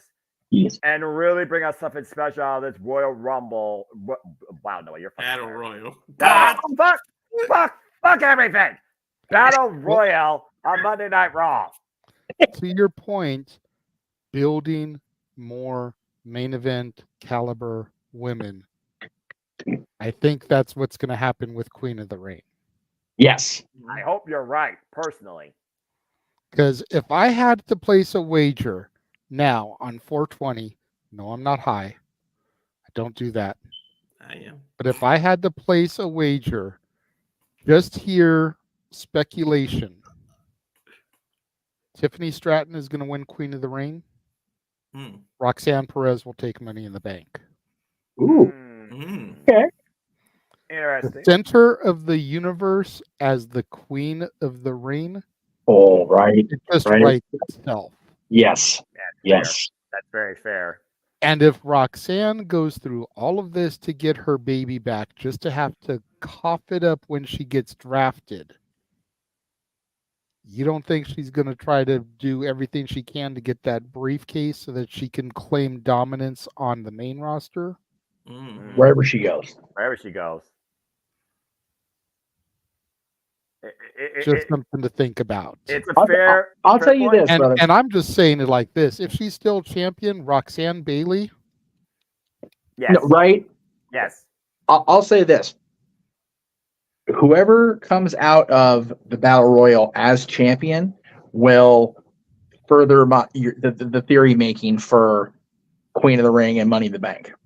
That I agree with. Because right now you got a focused baby, Battle Royal. You got a baby face, possibly a tweener, we'll call her, in Bailey on SmackDown. So if a baby face wins the Raw title, then you almost have to have a heel be Queen of the Ring and Miss Money in the Bank. Queen of the Ring is just in and of itself is meant for a heel, because who else can be arrogant and say I'm the Queen of the Ring? You really don't want a baby face walking around the Queen of the Ring. It fits a heel persona better. Seriously, think about it. With the exception of Bret Hart, how many King of the Rings have been babyface? Especially if you go back and just look at the pay-per-view lineage. Shamrock, that's it. Owen Hart, heel. Yeah. Yeah. And Shamrock was like a tweener. Yes. If that. Yes. Harley Race was one of the best King of the Rings. But that wasn't pay-per-view. Yeah. I know. Owen Hart, Mabel, Austin, Triple H, Shamrock, King Ass.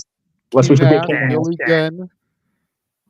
You've got Kurt Angle. Kurt, baby. Edge was a babyface. Yeah, he King was. of the Ring? Yes, he was. Yes, he was. Because Okay, at first Christian he turned was. on. Because Christian turned on Edge. Yeah, you're right. At first he was. You're right. I'll give you that. Shit, Christian could have made a good King of the Ring if they did that right. Edge was No, you know what though? Christian turning on him by throwing the King of the Ring trophy on him was just mwah. Yeah, it was. Especially if it looked like the Stanley Cup on top of it. That was just a brilliant Canadian booking. That's what you were saying, JJ.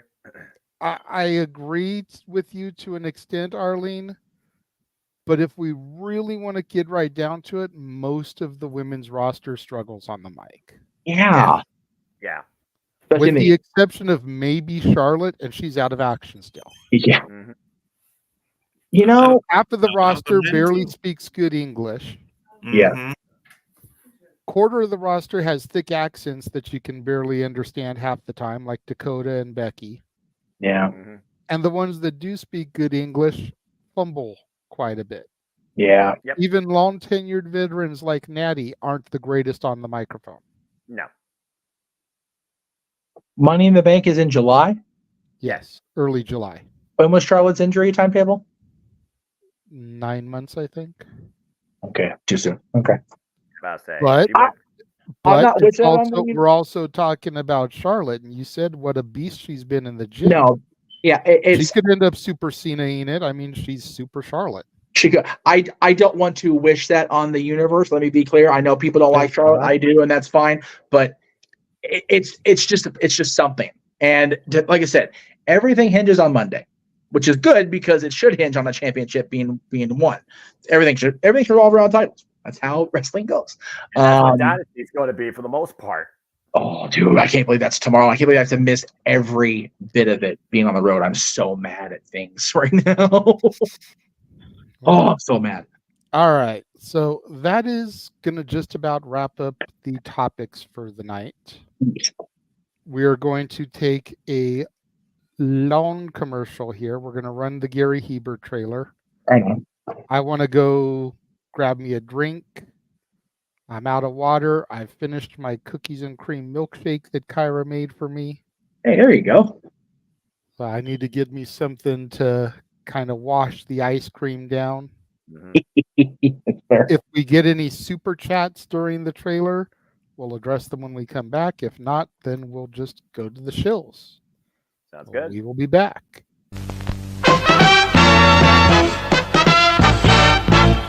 And now, preview time. So let's take a look at what's coming your way.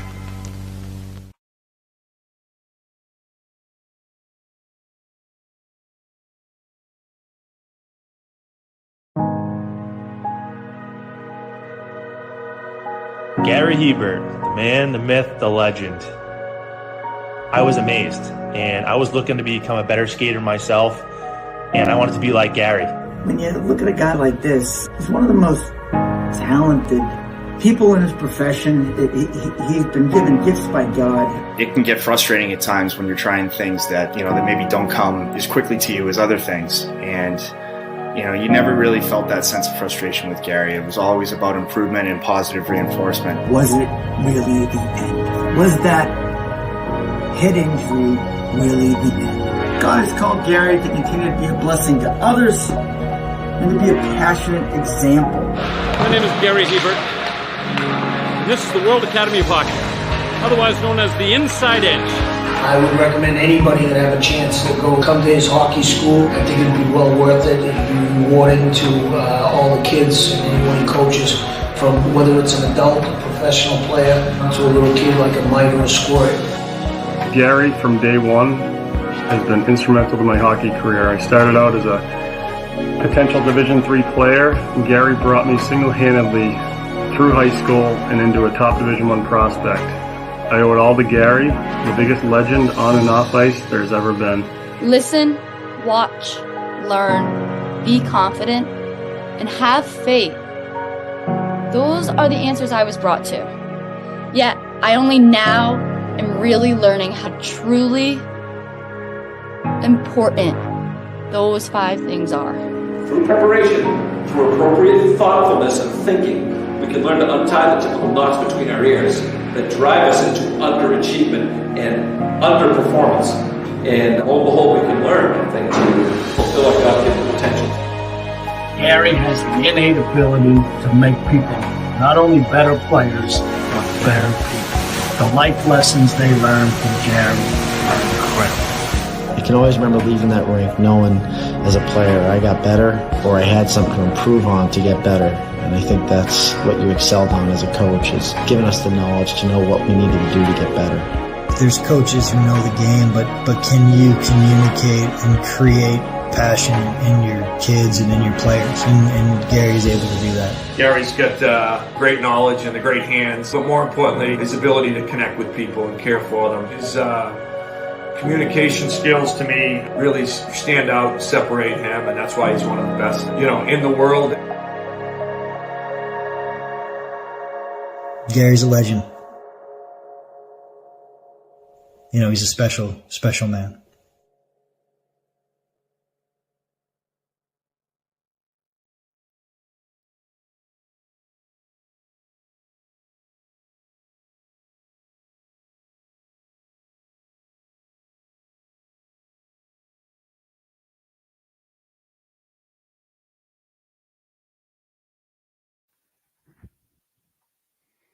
And we are back.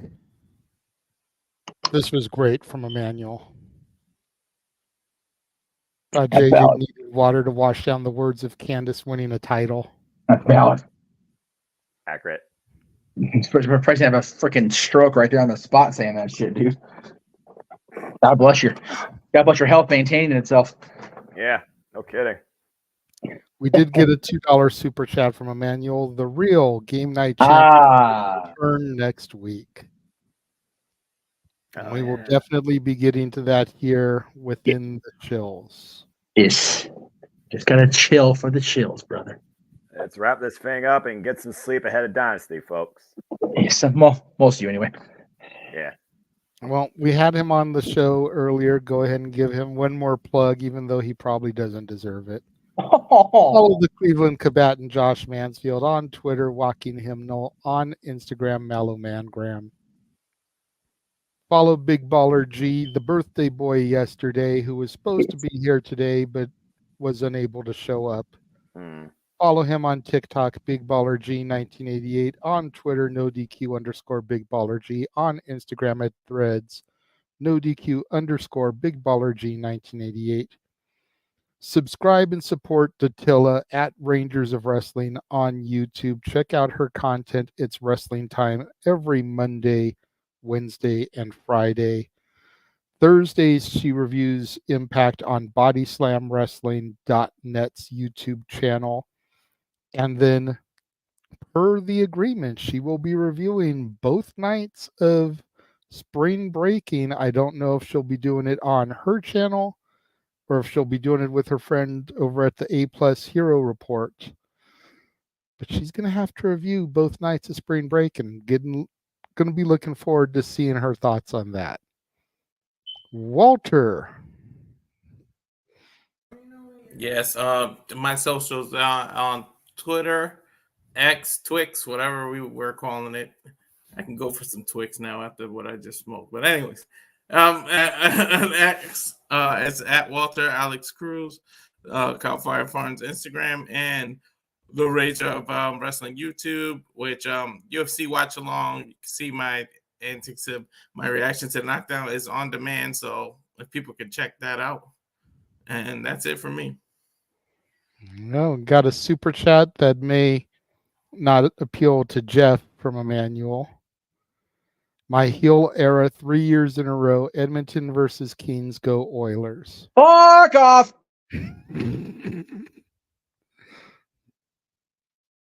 What are you looking at? What do you want me to say? What do you want me to say right now? Dude, the 80s baby in me is stirring right about here. All right. Monday. I'll already be landed off the plane. I'll be selling where I'm going to be. I'm going to be watching the game. I fully expect my last night at the arena the other night to be the last time I sit in my old seats. And it will be because of those orange-clad mucker feathers. And I will be a salty bitch next week when it happens. Because I think game 4 is on. Huh? What happened? This week you'll be the one on the Morton Star. I think I will, because I'm pretty sure, let's see, Monday, Wednesday, game 4 will be Sunday at the earliest, I believe. So the series won't be over by next open mic night, but we could very well be on our heels. There you go. So come, I'll tell you what, come Star Wars night, there may be some Sith mind tricks going across the multiverse. I'm going to be a pissed off ginger. Anyway. But we will get there when we get there. I know. Follow me on socials, on Instagram, the Renegade JJ Williams, on Twitter, ROWJJ Williams, on YouTube, Casa D18 Studios. Thank you to everybody that is tuned in to the channel right now watching. You can find me every Monday through Thursday, 9 a.m. Pacific, noon Eastern, with For the Love of Wrestling, exclusively to the Casa D18 Studios channel, as I discuss and review Raw, SmackDown, NXT, AEW Dynamite, for now, NWA Power, and TNA Impact. As stated in my episode of Inside the Mind of the Renegade, if AEW doesn't do something drastic here soon, I will not be reviewing it any further.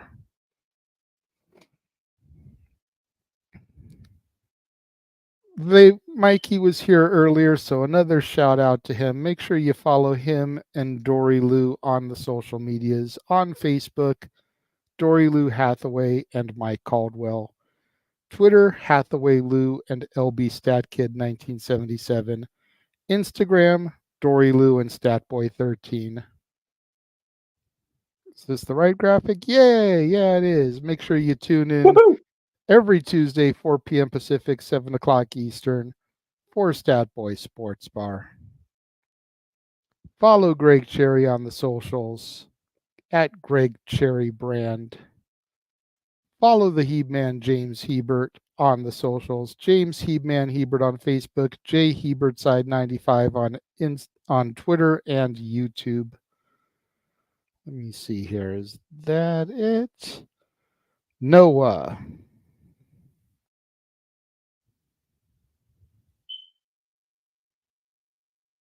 Noah Foster. It's your turn to chill. He might be on mute. He might be. Don't know.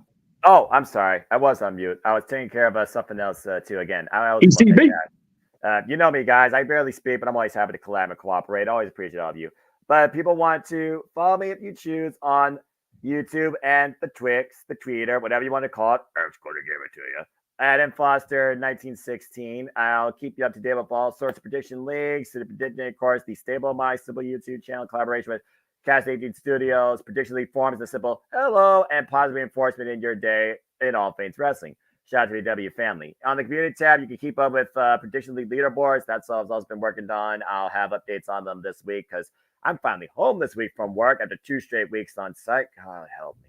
And stay tuned to give your own simple assessment for all the biggest shows we covered at the Minute Most Media, including what we did with TNA Rebellion. Fucking phenomenal pay-per-view. Looking forward to covering AEW Dynasty with my friends at the Multiverse of Media. And stay tuned. As always, I'll keep you in tune with what's ahead in all things wrestling as we will simply predict, simply cover, and simply talk about to follow in the ongoing era of the new era that is the continued era of this industry known as professional wrestling. All right. I think I will tune it over to you for the rest of the shills here, sir. All right, let's do this. Is everything in order? Because it looks I like don't it's think a little bit out of order. Probably not, because I had to kind of throw shit up there last minute because I was trying to get on the air here as we were going along. I went too far. I'm in the videos, so let me just go ahead and get over here. And, all right, scroll uppity up. There we go. So of course tomorrow AEW Dynasty will be live across most forms of pay-per-view except Bleacher Report, apparently, which we are all very happy about. Yes. 6 p.m. Eastern, 3 p.m. Pacific will be live with the coverage. JJ will be at the button as well as possibly color commentating. James did say he'd be there tomorrow, but shit happens as we do across the multiverse. To my knowledge, I'm only going to be on color for 3 matches. Valid. That's the fair. Bucks FTR, because we know how he is with that. Yes. Then I will be on the call for the 2 women's matches. Yes. Cool. Because I love me some Willow. Yes. And well, me and Noah are both going to be going timeless for that match. So damn it! Did you figure out how to do that? I did figure out how to go black and white. Look at you! I just need to put it took a little bit of investigating, but it made it work. Is my make sure you have the graphic also in black and white and a black and white background. Our headers in black and white. I don't know if we can do all that, but I will. Kidding. I'll work on that before I head for LAX. God. Timeless call. Shoot me, please. Oh, damn it. There it goes. I'm guessing my old Chromebook can't do that, so I'll definitely get a new computer soon anyway. I'm on the phone now. So. Damn it, you guys suck. All right. So, yes, that'll be tomorrow, of course. I wish everybody well. I wish most of the AEW roster well as well. Most of you guys, good luck tomorrow, and you guys do your thing tomorrow. Well, I will appreciate, and I'll be sure to tune in. If I get on the ground in time, I'll be sure to tune into the post show. Of course, Monday, Meacham's Musings, I'll be back firmly, feet on the ground, doing my thing, 7:00 Eastern 4 Pacific, leading into hopefully not the entire hour, going into Monday Night Raw tomorrow night.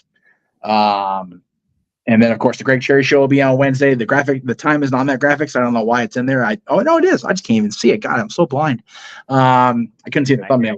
Wednesday, 7:00 Eastern 4 Pacific. I may be on this week. The whole reason I haven't been on the shows in the last few weeks is because I've been having to be home for my son after school. But with me being out of town, it may work out. I'm on the shows this week. We shall see. Now, next Saturday, with no pay-per-view or premium event or whatever the case may be next Saturday, we will be going live with Open Mic Night Match Game as we return to one of the most popular formats we did last year. It is the Big Money Match Game 2024. Yes. Emmanuel will be challenging Greg Cherry on Match Game, and we will have our group of panelists, including the Renegade himself, JJ Williams. He'll be on the panel with us, so please tune in to that. And then, my friends, in addition to all the usual shenanigans of the week. And I realize as I say this now that the graphic for Under Siege is not on there. So I do apologize to folks that are TNA fans. Under Siege will be Friday, May 3rd. Let me just throw it out there now. We will definitely hit the plugs hard on that after Match Game. Not a friggin' double hitter weekend. God. Oh, no. The 4th is a whole other ball of wax, my friend, because May 4th is also May the 4th be with you. Yes, sir? Oh, there it is. Yay, JJ did the thing. JJ's being professional. I appreciate that. So Friday. Yes. Yay, professionalism. Sportsmanship professionalism. May 3rd, of course. They'll be in New York. And then, oh boy, off we go. Backlash in France. Saturday morning, May 4th, 9 a.m. Pacific, noon Eastern. That'll be at 6 p.m. Central European Standard Time.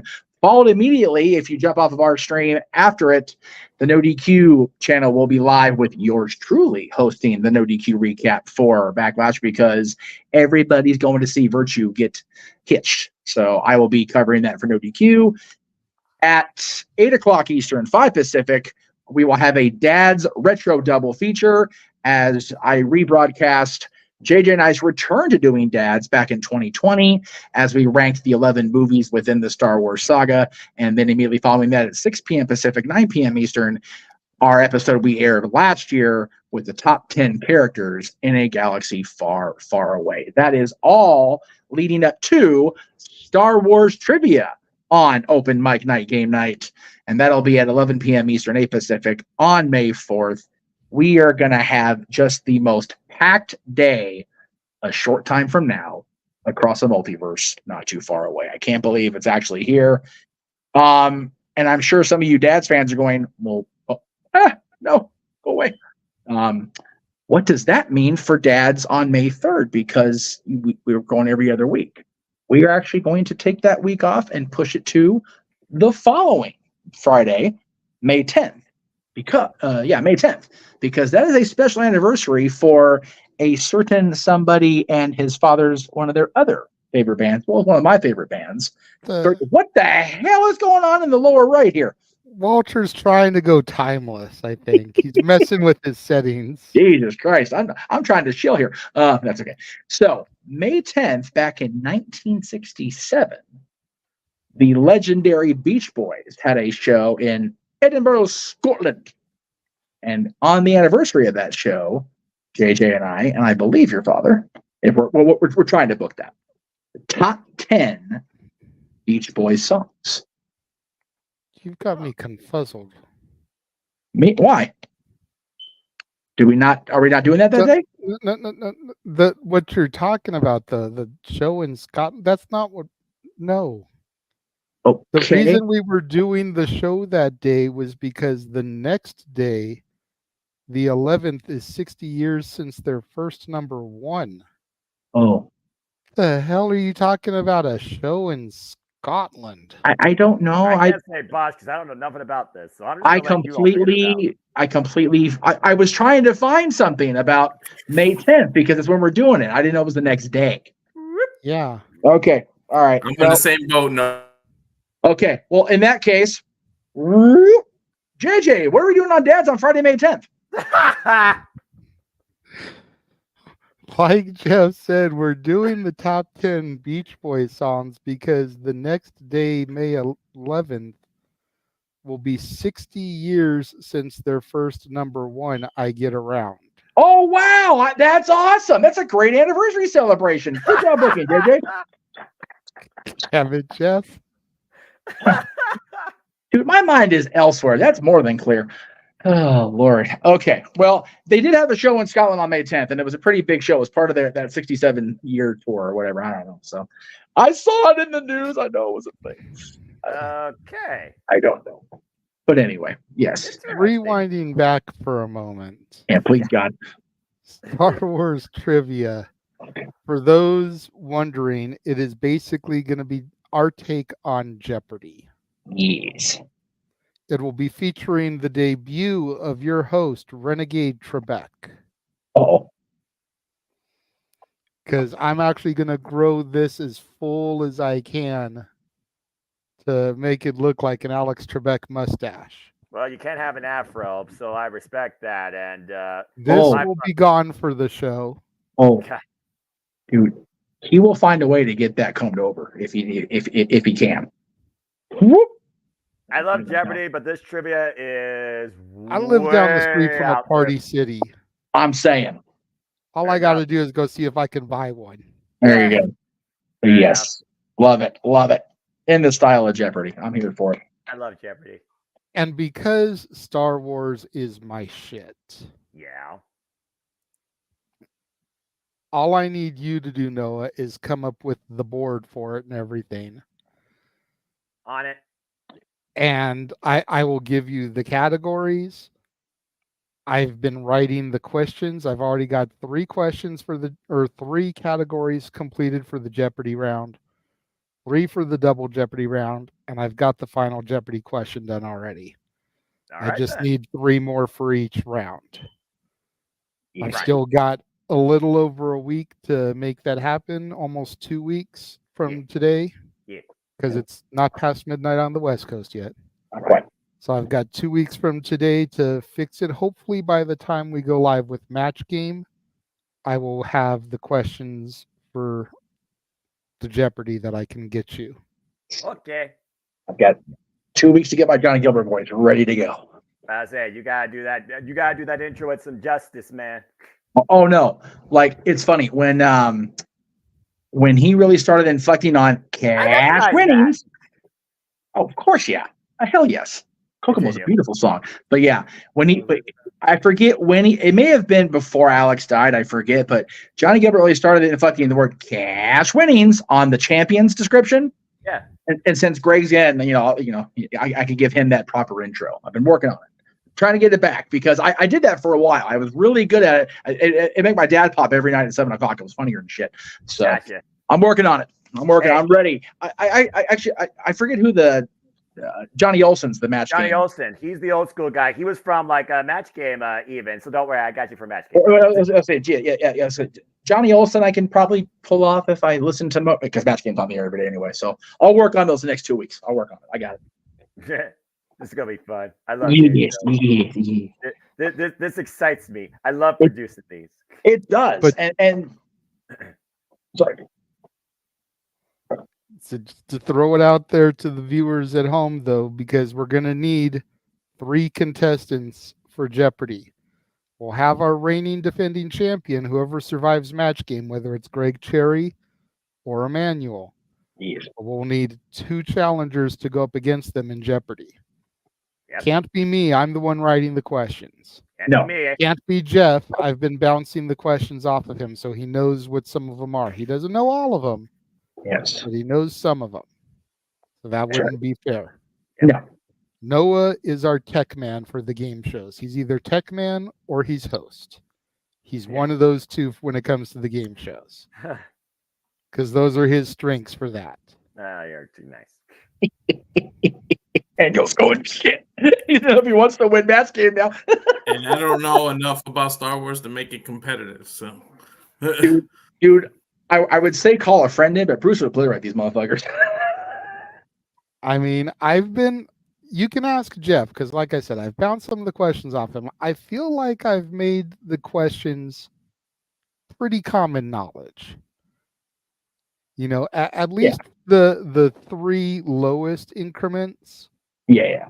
Should be stuff that the casual viewer should know pretty easily. The 200, the 400, the 600, basically.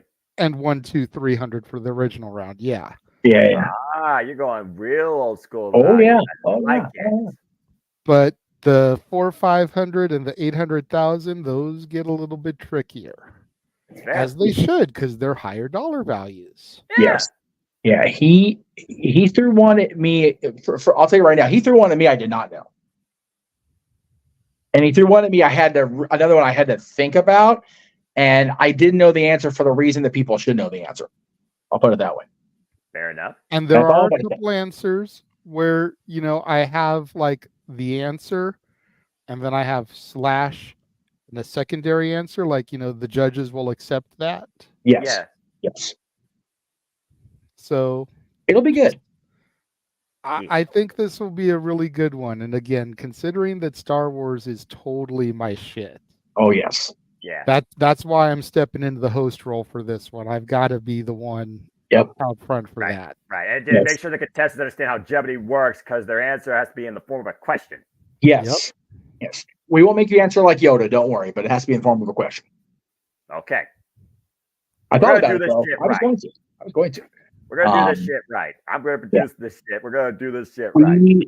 We are leaning so hard into this day. It's a big day for us anyway, because JJ loves Star Wars so much, and I've been into it a lot in the last quarter century, and especially the last few years now that Disney got their hands on it. And yes, the movies are what they are. Don't start at me, and I ain't got time for that shit. I gotta go to bed. But Star Wars being a part of the Disney parks is just so fucking cool. I remember bringing him and his girl and the kids we had with him at the time into Galaxy's Edge for the first time. And I did we get reactions on film or on video? I don't think so, no. Yeah, I meant to. Every time I've brought a fan, even a casual fan back there, and some get teary because it's that well done. And remember, it's immersive. It's so, you feel like you walk out of Disneyland on a walking path between Frontierland and Fantasyland onto another friggin' planet. It is so awesome. And I am so happy that I got to be a part of that with so many people. And it's not about a Star Wars marathon on May 4th for a channel that broadcasts wrestling, which is good for them. It's because of this guy we have what we call the Williamsverse binge. Because we've got the movies, we've got the TV shows, we've got the holiday special, because god damn it, that should be watched by everybody at least once, just for the mind fuck of it all. And considering Walter's been smoking, this might be a perfect opportunity for him to watch it tonight. Walter, I'm telling you, get your binge on, and if you got the good stuff left, throw on the holiday special. I'll send you a link to a good copy. I've seen them. I just don't. Oh no! You've seen the Star Wars holiday special? No, not the holiday special. Oh, I'm saying that's Star what we're Wars. talking about. The Oh. Star Wars holiday special lives in infamy for all the wrong reasons. It is the only property. I'm telling you this as a former employee of the company. Mm-hmm. It is the only property in the Star Wars library that will never see a legitimate light of day on Disney Plus or any released video media. Legitimate, I say. Because bootlegs are all over the place. Because there is more cocaine in that special than there is in an 80s WWF locker room. Damn. And I am not exaggerating when I say that. Pick a year in the 80s for WWF. Everybody thought that the planet of Hoth was covered in snow. Oh, no. It's covered in cocaine. Oh, yeah. And this is the fan you guys were talking about a while back. Yep. Yeah. It all circles back. No, it's a circle of life and shit. Carrie Fisher was so coked out of her mind while filming it, like you can see it in her eyes. Yeah, she is fucked up in this movie. Yeah, I remember this conversation. Oh Lord. It was broadcast the year after the original movie came out on CBS, and it only ever aired once as far as like 1 year that I'm aware of. Because George Lucas said, never nope. shown again. And George said, nope, not today. I'm good. Went into a black hole. The only reason it's acknowledged at all on Disney Plus. If you watch, there's in the vintage section, there is a cartoon about the origin of Boba Fett that occurred within the celebration of Life Day. And the description does mention that it was broadcast on a holiday special. You're never going to see anything else of it. And if they do, that means Kathleen Kennedy finally went against George Lucas's wishes. I'm telling you. And if it wasn't for the fact that books, extended universe aside, special editions, putting them into A New Hope aside, that was the debut of the Boba Fett character. Yes. Who then played prominent into The Empire Strikes Back and died in Return of the Jedi. Like, if it wasn't for that segment, it wouldn't even be on Disney Plus. But because Boba Fett is such a loved character, and that little cartoon is what introduced us to him, that's why it's acknowledged Roman Reigns style. Yes. It is part of the bid for a reason. And Emmanuel, I'm going to disagree with you. It doesn't even get on the tracks properly from the opening minute. This is fair. That shit is crazy from jump. Dude, like the first 10 minutes, I shit you not. The first 10 minutes of the special is Chewbacca's Wookiee family speaking their Wookiee language with no subtitles. Nope. So you've got no fucking clue what they're saying. It's just these Wookiees. Yes. For 10 minutes. To answer your question, Walter, yes.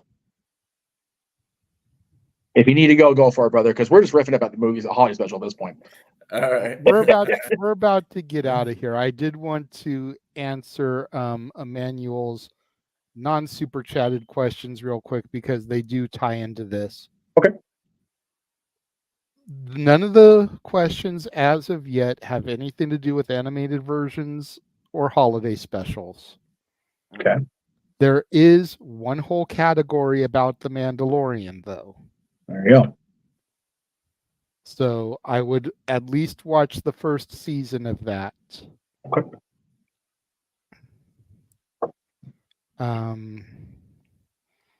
But yeah, I've basically been trying to stick to the theatrical motion pictures because that's what everybody has seen. Yes. Even the casual fans, once when I was a wee lad, I watched Star Wars and I learned that Darth Vader was Luke Skywalker's father. What?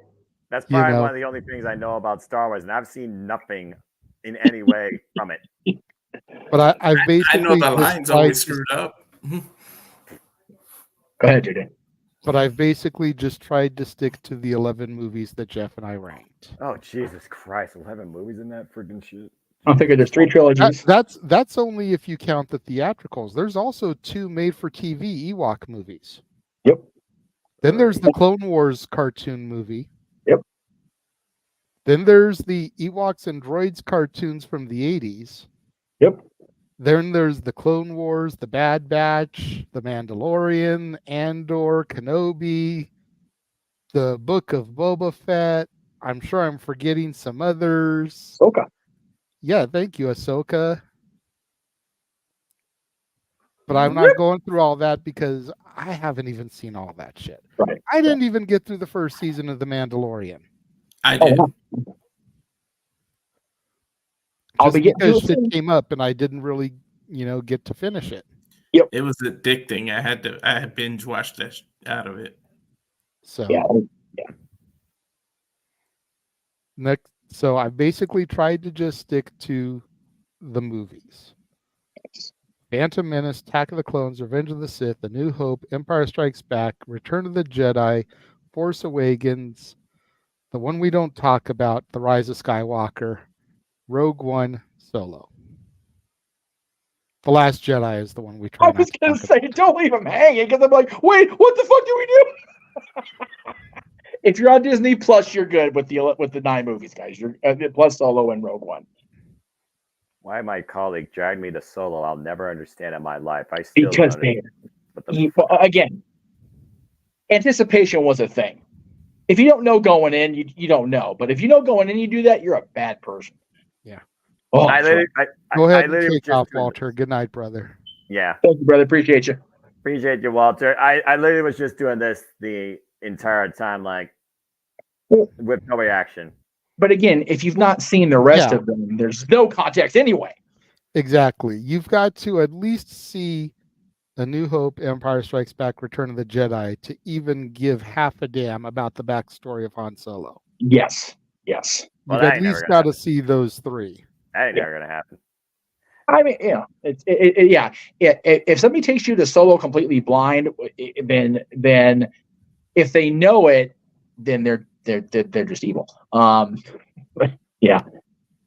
And for everybody that has never seen Star Wars that wants to be part of this and play along at home, and you've got 2 weeks to binge them.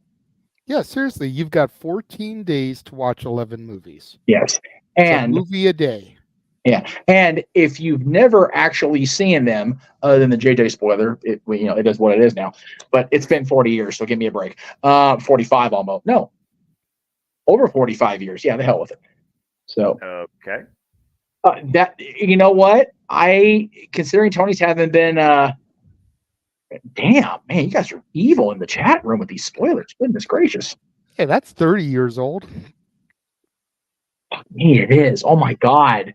Wow. Okay. I need to get my old team my cookie. It's time to say goodnight. All right. I think with that, let's go ahead and close this thing out. Someone play the millionaire horn. Let's get off the air. Yeah. Wow. Jesus Christ. That was like the first Disney movie I ever saw besides Oliver and Company when I was once a wee lad. Yes. Oliver and Company was fucking good, dude. And there's a reason why I never got turned into a crappy CGI remake or had a sequel. But again, I'm not here to talk about movies. I'm here to go to bed. Don't jinx it. Fair Noah, go ahead and take us out of here. Why should we care? Why should I worry? That being said, folks, this is definitely one that's going to go in the annals and probably stay in the vault, never to be seen again. I hope for JJ, God bless him for surviving everybody else's insanity. This has been another weekly installment of the Saturday Night Shenanigans, Cause He Got High 420 edition of Open Mic Night. Hope you enjoyed. Until next time, we'll see you at the Jimmy What If It's Me about our coverage of Dynasty. But I always leave you out with this. Why? Because for me, I am nothing more but a simple man and a lifelong fan of professional wrestling. Damn it! Who only wishes to encourage you that there are no winners, no losers, no betters. Just fans with opinions with this passion we all share. At the end of the day, folks, support one another, respect each other, protect your mentality too. Treasure your families and just enjoy life and enjoy professional wrestling. It is truly as simple as that. There you go. So for the West Coast Professor Jeff Meacham, for the Simple Man Noah Foster, for Stat Boy Mike, for Josh, for Cleaver, for Walter, for Datella. Thank you for joining us and tuning in today. Try to get some rest, and we will see you tomorrow for Dynasty. The Jeff Meacham Network's Multiverse of Media. For over 15 years, the recognized symbol of excellence and the standard bearer in coverage of sports and entertainment.